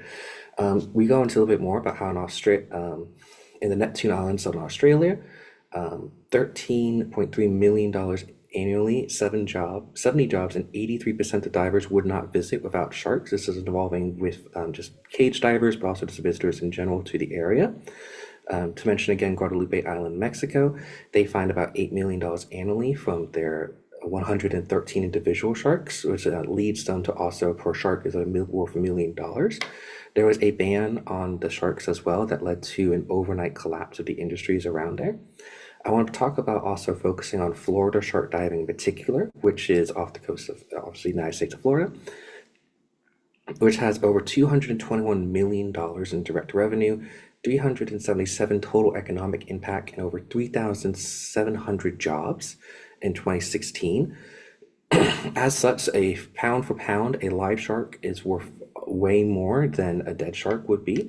A live shark can run you about, in worth-wise, to be $1,200 per kilogram, while a dead shark is only worth $1.50 per kilogram.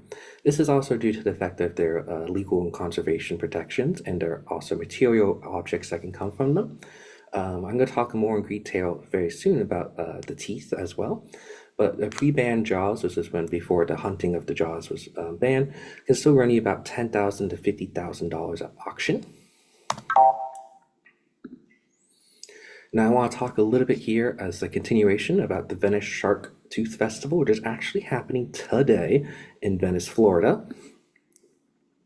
In which that the great white shark draws a huge community gathering just in a matter of a shark tooth market that is a really prominent and strong economic impact in the Venice Beach area. As you can see, there are many sponsors for this event. It's a huge event along with like tourism, live music, food trucks, and kids. They see about 25,000 visitors annually to gather around millions of shark teeth, some of which are very old and traced back to megalodons, some of them are rather new, and they just generate this massive economic value. And this also shows the symbolic material agency both reinforce each other simultaneously. The Jaws effects in government makes them more responsive to actual shark presence. Shark Week's advertising revenue amplifies the cultural power of the sharks, which drives ecotourism demand, which makes a living great white shark worth over $1 million. Meanwhile, we also have acoustic buoys off of Cape Cod, which is up in the United States around Massachusetts, and the preserved shark in the gallery in London, which I mentioned earlier, which was done by Damien Hirst. All products of the same dynamic, a non-human animal whose presence, behavior, and representation generate and redirect human systems. The idea here is also we have like this big Shark 2 festival in Venice Beach, but if sharks were to start appearing in mass off of Venice Beach, that could lead to closures of beaches and cause massive economic impact in which people aren't there, along with a similar impact of Jaws. If another really big movie like Thresher or Under Paris becomes popular, we could see that this fear brought on people will cause them not to go to the beach. So the presence of one shark or a shark in a contained environment can be an economic boom for certain areas, while the presence of too many sharks, an uncontrolled shark, can mean economic disaster for some areas, which leads to show the power of the shark itself in influence of these economic communities, of these coastal economics. Likewise with that, they do not merely respond to human governments, they actively produce it. Sharks aren't known for their compliance to human policy. They kind of do their own thing. If you saw of Contender as he traveled around up the coast in the Atlantic side, up to Canada and back.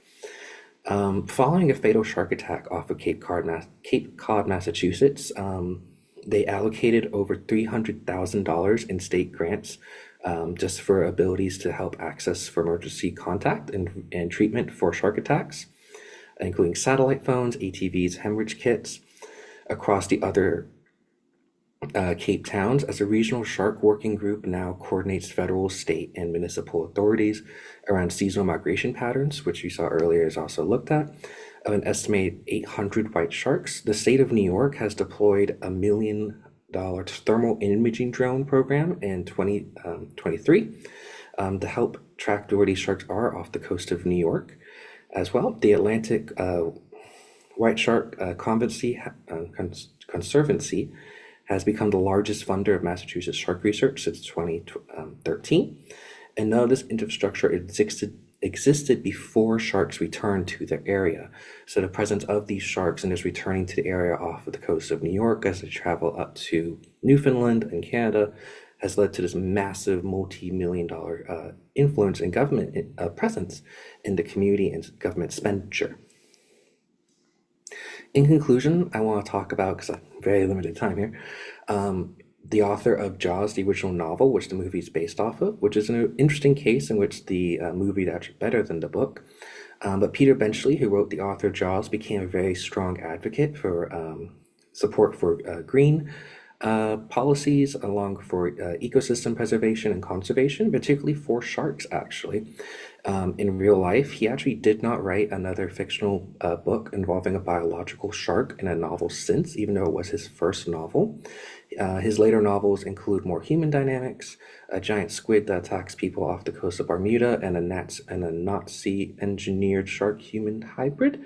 But most of his other shark books are actually nonfiction pieces that help encourage a better image, as he was horrified by the Jaws effect that led to the mass demonization of sharks and fear of them right after the release of both his book and the movie. Now, great white sharks are the only species that simultaneously generate $1 billion entertainment economies just through their cultural representation, multi-million-dollar tourism economies through their physical presence, and international treaty museums through conservation status, and millions in government spending through the behavior patterns, all without any awareness of doing so. The shark is not cognitively or forcing this purposefully upon the United States government or the states of Massachusetts or New York. It is just doing what it wants to do. And we as humans are having to respond to its individual choices and agency in this matter. If we are to follow Roberts and to refuse the ontological distinction between humans and things, the great white shark asks us to refuse the distinction between nature and culture. It is both fully at every scale simultaneously an agent in itself, and if the presence or absence of sharks alone can reshape economies, policies, we should recognize sharks not just as animals in ecosystem, but as actors in our own economic systems. And I want to say thank you very much, and here's a little bit of my bibliography for that. So thank you very much, I appreciate it, and I will let the screen go back. Thank you.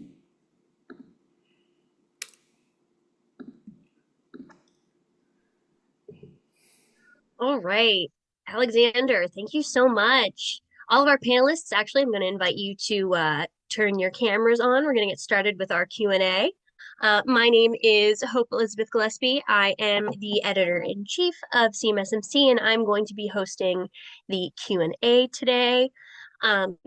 Great presentations from everybody. These were so fascinating. Um, I have to say, when we were talking about this symposium, when we were planning, I was pleasantly surprised at how many submissions that we got because I work in archaeology, specifically in Egyptian archaeology. So I know that there are a few things, that would come into my radar related to animal materialities. But I have to say that the scope with which you guys really came in with presentations was amazing, and I was so pleasantly surprised. But because it is a topic that we don't hear a lot about, our first kind of question is, what was your entry point into this topic? Um, and for those of you who do want to ask questions, we do ask that you use the Q&A feature. So Abigail, I'm gonna start with you. What was your entry point into animal materialities, and how did you decide to focus on animals or, your particular topic? Yeah, of course. Also, I had to move locations, so it's a little bit loud. But yeah, I kind of came to this topic definitely through the larger post-human theory um, within fashion and within fashion studies. And I'm currently working on my qualifying paper at FIT, and I'm writing about representations of cyborgs in contemporary fashion. So that really introduced me to post-human theory, introduced me to all of the different ways that it can be explored through dress. Um, there's a really great paper written on Alexander McQueen's The Horde of Plenty collection, in which he used animal women to, mostly bird women, to talk about like the dangers of the Anthropocene and environmental degradation. And so then in January, when this couture show came out, I was enamored with it. Just visually, I love Daniel's work at Schiaparelli. I think it's so beautiful and haunting and really playful and amazing. So then I was already kind of thinking in that lens, and I was working on developing this paper for a longer talk that I'll be giving in May. And this opportunity came our way, so I thought it'd be a really interesting avenue to share it. Awesome. Simone, what about you? What kind of drew you into animal materialities? I guess as I said in my presentation, I began, it was like kind of hands first. Yeah. And I mean, I've been like a fiber artist, in many different ways, but something really like alive was happening for me with felt as I was working with it. And then I had this opportunity in class to formulate an exhibition around it. And this was something I had been wanting to work out for myself. And through it, I wound up coming back to a lot of theory I had been introduced to in college, like Donna Haraway and Bruno Latour.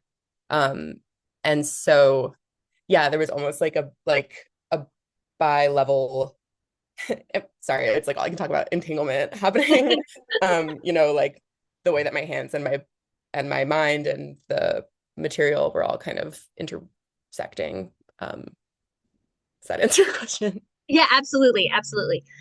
Emily, what about you? I have to say that the entire time you were talking, this is like super timely. I was thinking about the Artemis mission, so like this was like a very good week to do this symposium. But what about you? What kind of brought you into that? Thank you. I definitely planned it with the Artemis team to be doing Yeah, it this week. sleeper agent. I knew it.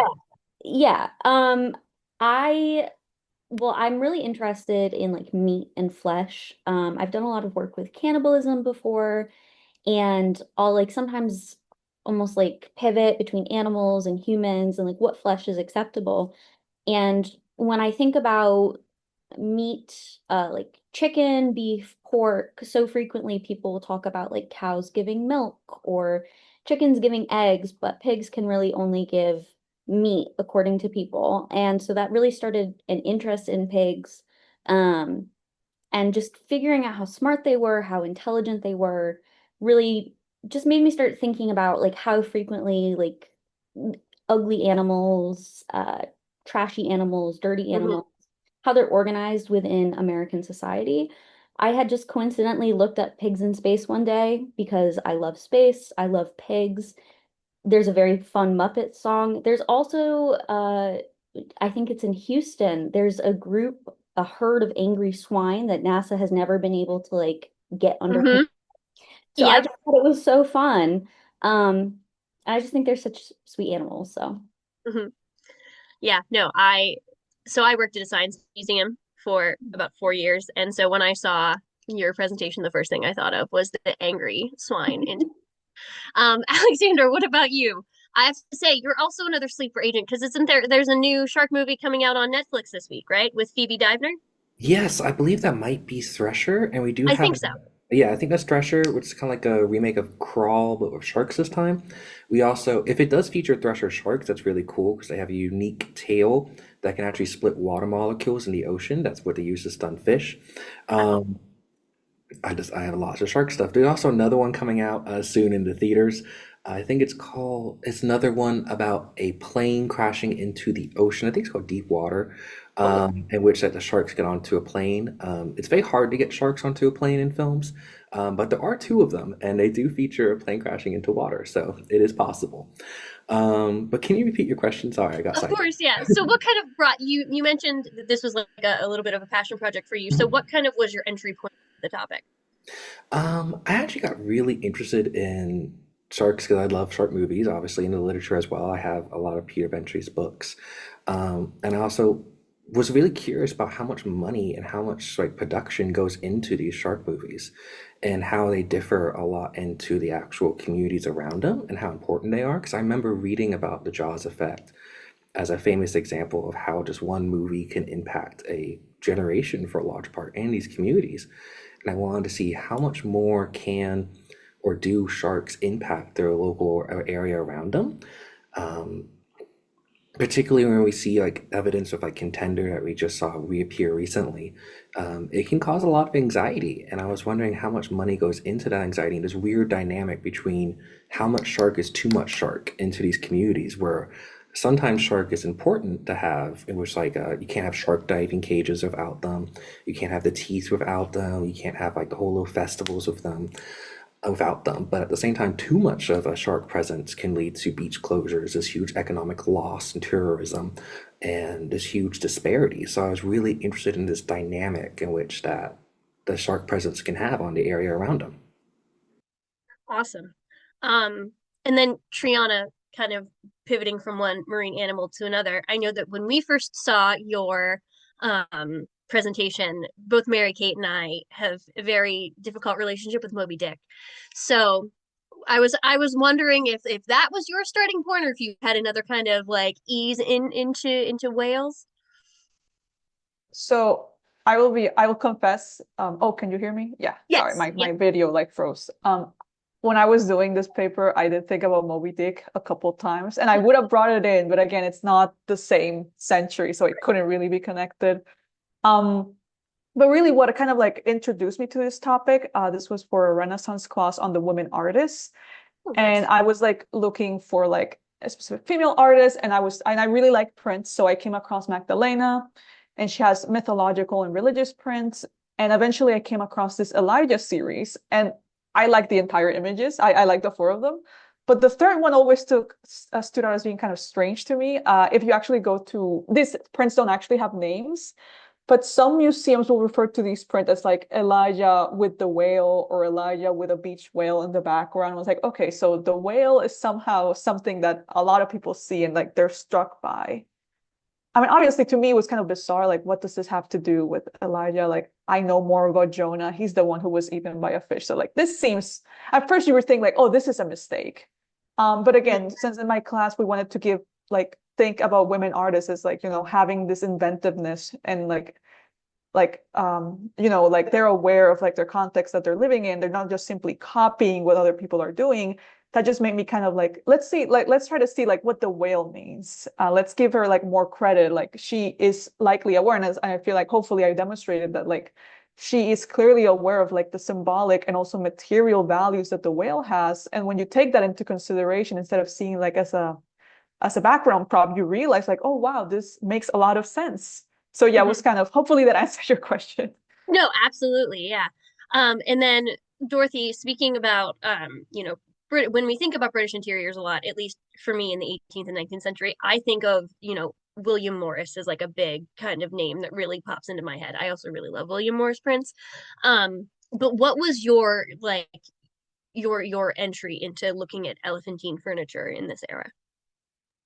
Well, this is like part of a bigger project that I'm working for a class. Before that, I mainly look at like material culture, in more broadly in like the 18th century. And for this class that's on like interspecies space, it's like, of course, this is what I picked. And I think it was very interesting that everyone in the class kind of just pivoted towards a kind of like cultural history with Mm-hmm. our papers. And especially I think pertaining to like material culture, it's very hard to write animal history with an object and its afterlives because it's very hard to trace like an individual animal from it. Mm-hmm. So I thought this was a very good opportunity, a little experiment for me to think about how we can think through like the actual body and the animal like material in these objects and how it can change the way we talk about like furniture that it's more thought of to be more like static or more Mm-hmm. like symbolic or metaphorical. Yeah. Yeah, no, it's a beautiful way to really build on an object biography and really show like the longue durée of what of what an object can really have and the multiple dimensions of it, which I absolutely loved. Um, so our next question, um, it's a little bit more museum based, but it's how does the exhibition of animals or animal products shift our experience as the viewer in a museum setting? So Dorothy, Abigail, um, Triana, I don't know if you guys want to like jump in. Abigail, I know that talking a lot about fashion, it's different than a museum setting, but if you guys wanted to talk to kind of the dichotomy that we're seeing there when we're adding a viewer in a static or even, a a, a movement setting, is that like what we would call like a fashion show, Simone? Like a I don't know. Yeah, that's So that's the yeah. technical term. Yeah, cool. Awesome. Perfect. But if any of you guys would like to weigh in, please go ahead. Yeah. I mean, there is actually, I think, yeah, the fashion show is definitely kind of an exhibition of the work. It's just all in movement. And there's actually a Schiaparelli exhibition up at the Victoria and Albert Museum right now Mhm. that features a lot of Daniel Roseberry's work. And there's a few pieces from this show. Um, but I think the reaction, at least to this collection, is some discomfort because you're unused to seeing so much of this like organic looking material, especially because so much of fashion for so long did use animal products. Especially I think even as early as Alexander McQueen, like they were still using real bird feathers and bird skin. So I think there is a discomfort and it does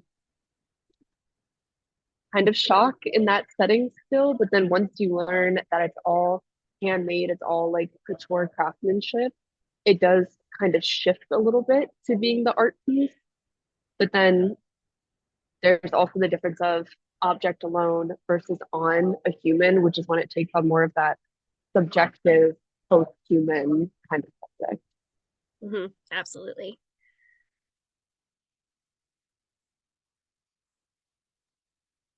Can I go ahead? Absolutely, yes. Go ahead. Yeah, so in my case, so my work is not really made of any like it depicts a whale, but Right. it's not actually made of whale parts. Right. However, Right. when doing my research, I obviously read a lot about whaling during the 17th century, and also, of course, you come across like recent whaling, and like it really makes you think. I mentioned at the beginning, I mean, I don't think I mentioned it, but like some of them when a whale became stranded, that was kind of like almost like a convenience for whalers because like, oh, the whale's already there, so we can just like, strip it from its material. But then another form of whaling is that you go out and you go around killing whales. And again, when I was doing this research, you kind of like, I mean, obviously I was aware of whaling as a thing, but kind of like going to research more about whales, you kind of think about like, oh wow, like there's people going out there killing these animals and like stripping them of all their material. And yeah, like I guess what I'm trying to say is that like it made me think a little bit more about these types of things. Not that I didn't know about whaling again, but again, it makes you think more about like how animals are constantly kind of like subjected to these like material, like they're stripped, like they're treated as objects. I did try with my presentation to show both like their symbolic potential, also material potential. But yeah, it's something that like makes you think about like just animal rights and stuff like that. Absolutely. I think there's very much an ethical like an ethical side to a lot of this. Dorothy, especially I think with your presentation. Yeah, I was just about to jump in. I think, like as I said, just the idea of like Ivory, even nowadays, I think people just kind of very much take it for granted and like not really like connect it to the animal and the industry that it is built upon. So I think I guess a way exhibitions like displays can do that is to recenter these narratives, I guess. The for many exhibitions that are on like British like East India companies and stuff, I think most of the time they center a lot on like print materials, like drawings and stuff. And I think if you can kind of tie it back to the materials alongside these archives, maybe that would be a productive way to kind of open up the space, thinking about where these materials come from and the processes that like they're derived from. Absolutely. And Simone, I think that feeds really nicely into talking about like the materiality of working with animal products. Like what um how do you feel that like feeds into like a viewer's experience? Well, I mean, the assignment that this was based on was the production of a hypothetical exhibition. So I got to kind of decide for myself how that would happen. And what I wanted to do was create this kind of like immersive environment.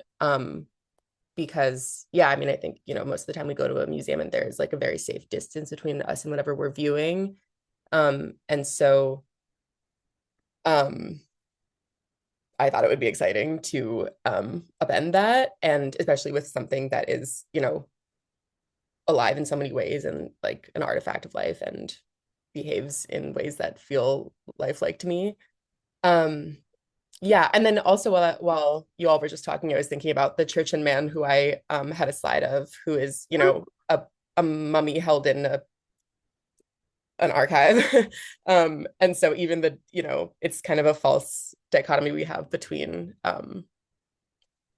animal materialities and human remains, if you will. Yeah, well, that's something we talked about a lot during when we were like kind of going through submissions is like, okay, like when we're picking our speakers, like, are we also considering humans as animals? Are we, you know, how are we kind of navigating that? Um, which is why, Emily, your presentation, I think, did a really good job of combining those two things in a way that I don't think people would think of. Like I said, I worked in a science museum for a while, and so when we first saw your submission, I thought, oh, like that is not a way that I would think of tying the two of them together, right? But kind of going back to that museum-esque question, um, when we're talking about seeing animals that like have been in space, things that have been in space, like what do you think that does to the viewer? Like when they if they were to see, you know, like spam that has been in space, which we did have at my science museum, we had a can of spam that had gone to space. I didn't like I didn't think anything of it. I was like, oh, that had been in space, but now I'm looking at it like what kind of depth do you think that provides? Well, I mean, thinking of the animals specifically, like if we were going to look at like there is footage of them doing some of the training for, I know France has footage of the cats that they put through training. It's really upsetting to watch. They had electrodes surgically implanted in their brains. And because cats are cats and do not like to be told what to do, most of the time, if they're being transported, they look like they're in like a little, like, I don't even know, like a little bread bag with their head sticking out, and they're very much like contained. I think the images of, you know, Laika and the dogs are definitely easier for people to handle. I think one of the difficulties of space, one, I mean, it is so out there. Like it feels almost surreal. It doesn't feel like concrete. And I think specifically because so many of these animals have passed away, obviously since the 50s, but also in these experiments, it's really hard to almost connect with that. And I think a lot of space research wants to present itself as very positive. You know, Yes. they want to be supported, which makes sense from an economic point of view. But, you know, they were running like these really gruesome experiments on these animals. So even just like, I also think for the animals, like Belka and Strelka, they do have them stuffed. I think a lot of people are uncomfortable around taxidermied animals. So that's also like, I know specifically for my project, like people tend to think of like space, like they might maybe think of that span, but they're more likely going to be thinking of like the spacesuits, the capsules. So I just think it can feel very surreal, but what is there and what is allowed to get like that concrete relationship growing is very much the sanitized, happy version of we're going to space. This is so great. So yeah, no, absolutely. And I think that actually Alexander feeds really nicely into kind of what you're talking about, because you know, sharks are uncomfortable. Like we all I went to the beach every year as a kid growing up, and sharks, I thought there were sharks in pools. I'm not gonna lie to you. 6-year-old Hope was very afraid of going in the deep end of a pool because I thought there was gonna be a shark there, right? So how do you think that kind of discomfort transfers, especially with like the Damien Hirst, art that we were talking about, which is very disturbing on several levels. Like how do you think that creates a relationship with a museum audience, or even just the audience that we're talking to today? That is a very multi-dynamic thing. I'm going to go into it in a few layers. First, starting with the Damien Hirst one, the Tate Modern has a lot of articles related to that. And there's one of the articles talks about sharks as like a social construct that we have as like agents of capitalism a lot. This like need to consume. Yeah, Yeah, like you see like the term loan shark, or TV shark or media shark, you could see people, we have terms like blood in the water. We even have Shark Tank as the TV show. So just kind of life of the shark expands beyond that. And part of what we have in that presentation of Damien Hirst is also kind of a critique of how capitalism can work. I mean, he did turn an animal through its death to a multi-million-dollar art piece, and he hasn't done it just once but a couple times. It's very controversial, especially of how the animal still decayed because the original one wasn't preserved properly, so he had to like take the rotted one out and put a new one in. It was like, do you really want to do that? Because it's this weird question of art restoration and art preservation. Like, do you want to preserve this horrible, very controversial piece, or do you want to like let it go away with its mutability? And sometimes you see mutable artworks as a very important piece in that. So I would say that it does challenge the artist, it does challenge the audience a lot to talk about sharks, but they actually turn out to be really pretty friendly. There's a lot of growing social media influence kind of removing away that demonized Jaws effect appearance that we have. A lot of people are now more of the mindset that sharks are probably better to have around than dolphins. Due yeah, recently how dolphins have been getting a really bad reputation on social media. So we're seeing this change from, especially like in the older times in movies like The Last Shark, where dolphins kind of saved the day by pushing the shark away. That now that's kind of more of a bad thing to happen. That you don't want the dolphins to be present, you want the sharks to be present. So you see that this challenges a lot for the audience in a museum setting. The presence of a shark invokes a lot more than just the animal, but also human behavior tactics, this desire to consume. When is it too much to consume? And and the danger that makes you uncomfortable. There's this huge thing that's out of its element in the museum, replicates a lot of us in the water. We are out of our element in the water. So we're getting a weird shift in the power dynamic when we view a shark, especially like Damien Hirst one, in the museum area versus when we're in the water ourselves in the shark cage. We are the spectacle at that time for them. We are the ones that are preserved in a small little cage in their domain. So I think when you see these kinds of artworks, it does have a strong first visual reaction, and then it delves into furtherness, or delves further into this really interesting discourse about human behavior and desire and where we stand on the natural food chain of things, because we have this long unchallenged dominance of our environment to the environment's detriment. But the second we go into the water, we no longer have that power and we are in their domain. And I think that's part of really what scares people, is not necessarily a shark itself, but the lack of power over our environment that we've grown so comfortable with. Absolutely. Absolutely. Discomfort is a very big theme here at CMSMC. So I love that every kind of symposium that we have really gets back to that. Because museums should make you uncomfortable, history should make you uncomfortable. We live in a world where discomfort is actually really good for you to grow as a person. So I really love that it always comes back to that. I want to take a moment. If you guys had any questions for each other, you can go ahead. I love it when you guys just kind of like bump off of each other. So please, if you guys had any questions for each other, please feel free to ask them. Go ahead, Alexander. Go ahead. Yes, actually, I have one for Emily as well, because you mentioned earlier about cannibalism and pigs and a big interest. And I remember, I think it was the Aztecs had this original recipe for pasole, which was originally a human based food dish that's still now held in traditional Mexico. But when the Spaniards came and colonized Mexico, they weren't allowing any more cannibalism. They changed it to pork product now. Now it's a pork soup because of the fact that humans apparently taste a lot like pork. So have you heard of like this dynamic, and how maybe has it informed this weird kind of commonality between not just our intelligence, but also our individual taste? I had not, thank you for that question. I had not heard of that specific dish. I will say I've focused more on cannibalism in Brazil. My wife is Brazilian, so I think that's what made the connection. What's interesting about that is that I think in general, when we think about history and the history of cannibalism, I mean, Europeans do not want to admit it, but in the Middle Ages, during Renaissance, they were eating like mummified remains of people.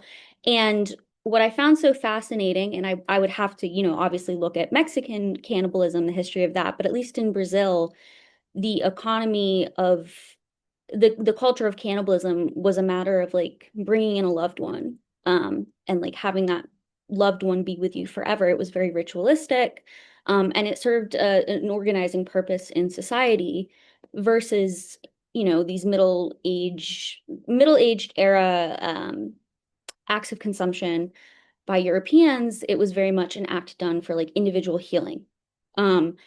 So that being said, I do also think it's interesting that use of pig meat, of pork. I will say old pork, heritage pork does taste different. I don't eat meat. I try not to. But because of the focus, at least in the United States, for like that lean, mean pig, it's become very bland. So a lot of people who have like the heritage breeds will say that it tastes like fattier and tastier, and it has like a really distinct taste. I mean, one connection I tend to make with pigs is the fact that pigs will eat human flesh, which I find fascinating and could talk about for hours. But yeah. Not the cats you need to be afraid of, it's the pigs that will eat you, right? Yeah, no, that was a great question. You guys have, and yeah, go ahead, Triana. Yeah, this is a question for Alexander. So every time I write, I think about like anti-shark propaganda, like early anti-shark propaganda. I think of Watson and the Shark by John, I forget his name, by John Singleton Copley. And I find that to be so interesting because again, it's much earlier than Jaws, and it feels like it's associating the shark with the devil just because there's this kid with like a giant like harpoon, kind of like Saint Michael about to kill like this demonic shark, and I was just thinking like how if your work considers like earlier representations of like sharks besides like Jaws, for example. That's actually a really interesting question because my undergraduate is in art history, so I love paintings in general, and I do like that individual painting because it once again brings us back to that inverse power dynamic, especially back in the early days of sailing, where like the ocean's a terrifying place, especially during a storm, like the massive waves and the darkness that comes with it. So things that live in that environment that are hungry for you are terrifying equally. And it also not just invokes the same image of Saint Michael banishing the devil, but also Saint George punishing the dragon. So you see this idea that the shark could be, the dragon of the ocean. You see a lot of references to krakens as well, these misunderstood massive creatures that sometimes wash up on the beach or do eat people. Like we have traces back to very old times in Japan where people have evidence of shark attacks as they were buried. So I think, and likewise, we have the story in the Bible with Leviathan, which was a creature that was banished into that comes from the sea as well, and is the some narratives about it encompass it as its mouth as the gateway to hell, and it's a creature of envy. So you see this idea that the shark could easily represent that, and it's something that doesn't you can't negotiate with it. And it would have been much more terrifying back in the day to have that opportunity. They mentioned this in Jaws, but there's also the sinking of, I think, the Annapolis, which was a World War II tragedy in which these sailors were at the mercy of these sharks picking them off. So I think part of this power dynamic of being powerless to fight this thing that will have no mercy on you, it's a very old primal fear that dates back for a long time. Because as long as we've been in the ocean, sharks have been there much longer than we have. They are creatures that haven't evolved from a long time, and we aren't in power there anymore. And I think that scared a lot of people before, and it still scares us today. Go ahead, Emily. Thank you. Sorry. So I had a question as people were talking, it came to mind, and it is technically aimed at Dorothy and Alexander, but I think Abigail and Simone also might have some thought on this as you do like fashion scholarship. When I love to think about like animals as food. So my first thought was like, oh, like little gummy sharks, right? But then I was thinking about like the gift shop of it all and how there are like shark teeth necklaces. And I'm pretty sure I have seen like faux elephant tusk like necklaces or jewelry, and obviously real jewelry from, times before. And I guess I was wondering like if either of you um are specifically like interested in looking at jewelry or any kind of thing that's like more the gift shop of it all. I don't know.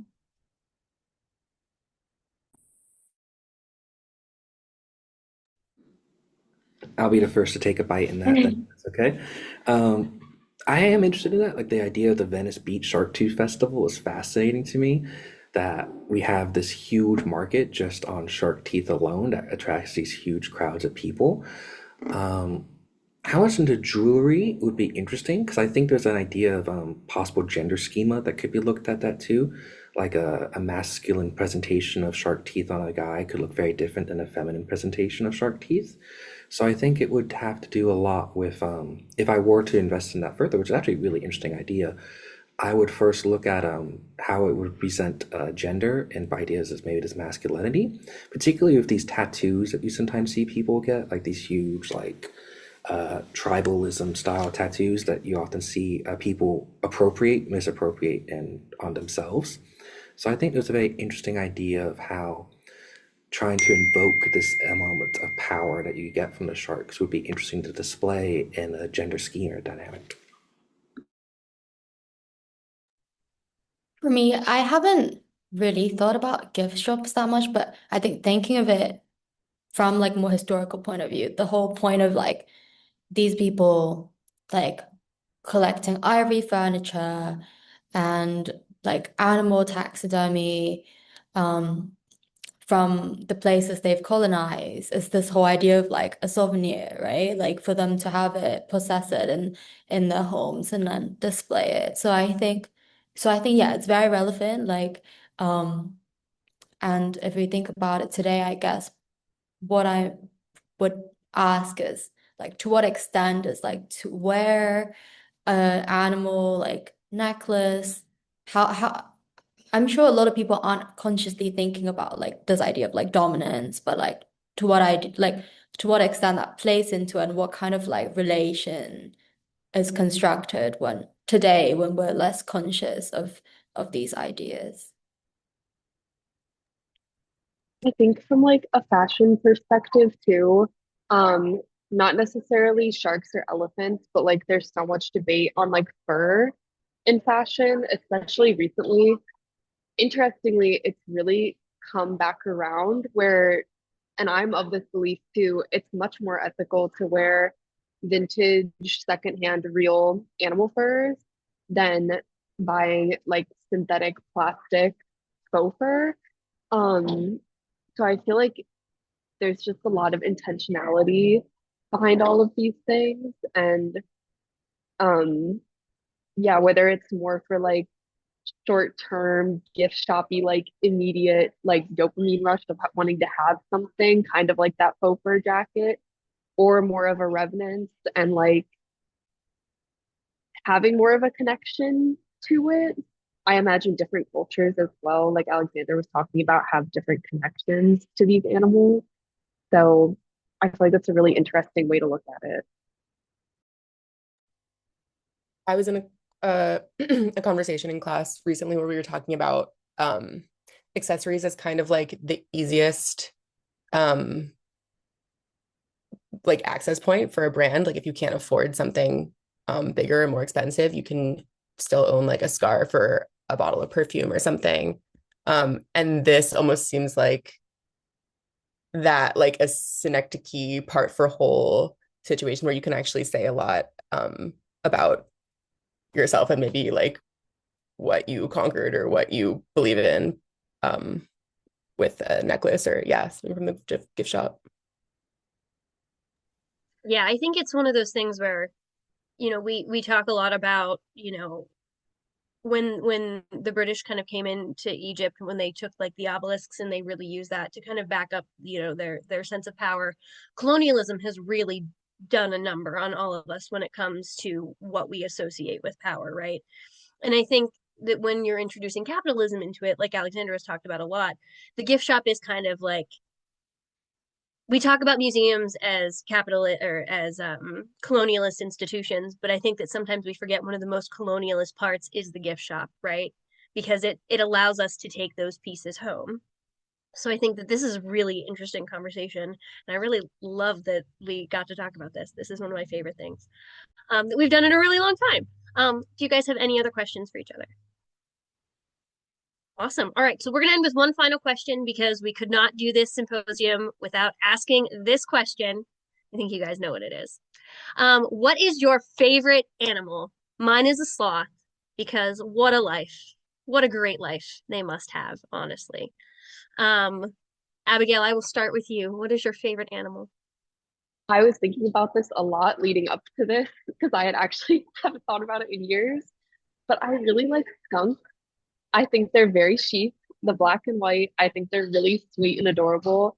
And I just love that they can protect themselves, but I would love to hang out with one and not get sprayed. Yeah. Oh, yeah. Simone, what do you think? I was also thinking of this and I have like several choices, but I'm just going to go with where my heart's at right now, which is a raccoon. Um, Actually kind of similar to Abby's. They love trash and I love trash. And sometimes I look at my hands and just kind of feel like they look like raccoon's hands. Um, there's a group of raccoons I got really attached to in COVID. So yeah, we just have a relationship. My dog looks like Rocket Raccoon from Guardians of the Galaxy, so every time I see a raccoon, I get a little. I'm like, oh, that's my dog. Just kidding. Dorothy, what about you? I'm just gonna have to say dogs because I really miss my dogs. Like I'm very far away from them right now, and I haven't seen them in ages. And I guess they're like a species that I have like the most intimate connection with. So it's just gonna have to be dogs today. Triana, what about you? So my favorite animal is the red panda. To me, like usually you could mostly turn any animal into a plushie and it'll be cute, but I feel like the red panda, no matter what type of plushie you will make, like the original will always be the cutest. Oh So yeah. that's my favorite animal. Emily, what about you? Similar to Dorothy, it does change every day, but most of the time I would say it's a cat. I have four lovely little ladies running around the house, and I just like love how each cat very much understands that like you're there for them and not vice versa. I love that attitude. I think that is chic. And I just love their like little toe beans. They're so cute. Alexander, what about you? I do personally love my cats as well. I have my two cats at home. I do miss them because I'm traveling right now, but they are so adorable. They're just fat and happy and lazy boys. But my favorite animal probably salmon sharks. Salmon sharks are very like miniature forms of great whites. They're very small and they're cute looking. I just like the idea of this. They're almost identical to great whites, but like shrunk down to very small size. I just like this idea of this huge, powerful thing trapped in this very small body. And it's just so cute and tiny. So I have to say salmon sharks are that way, just because I like how small they are, despite looking all big and mean. All right, guys, I do have to wrap up, which makes me really, really sad because this has been so much fun. Thank you again. All of you have been absolutely wonderful. This has been a joy, and your presentations were fascinating. Um, and thank you to everybody who did attend. And we really had a great time with, all of the questions that we were able to kind of get through. A recording of the symposium will be available on our website and YouTube channel in the coming weeks. And if you'd like to become more involved with CMSMC or support our mission, please consider subscribing to our newsletter, donating through DonorBox, shopping in our online store, and attending more events with us. Information on all of this and more is available on the CMSMC website. Thank you again for joining us and enjoy the rest of your day.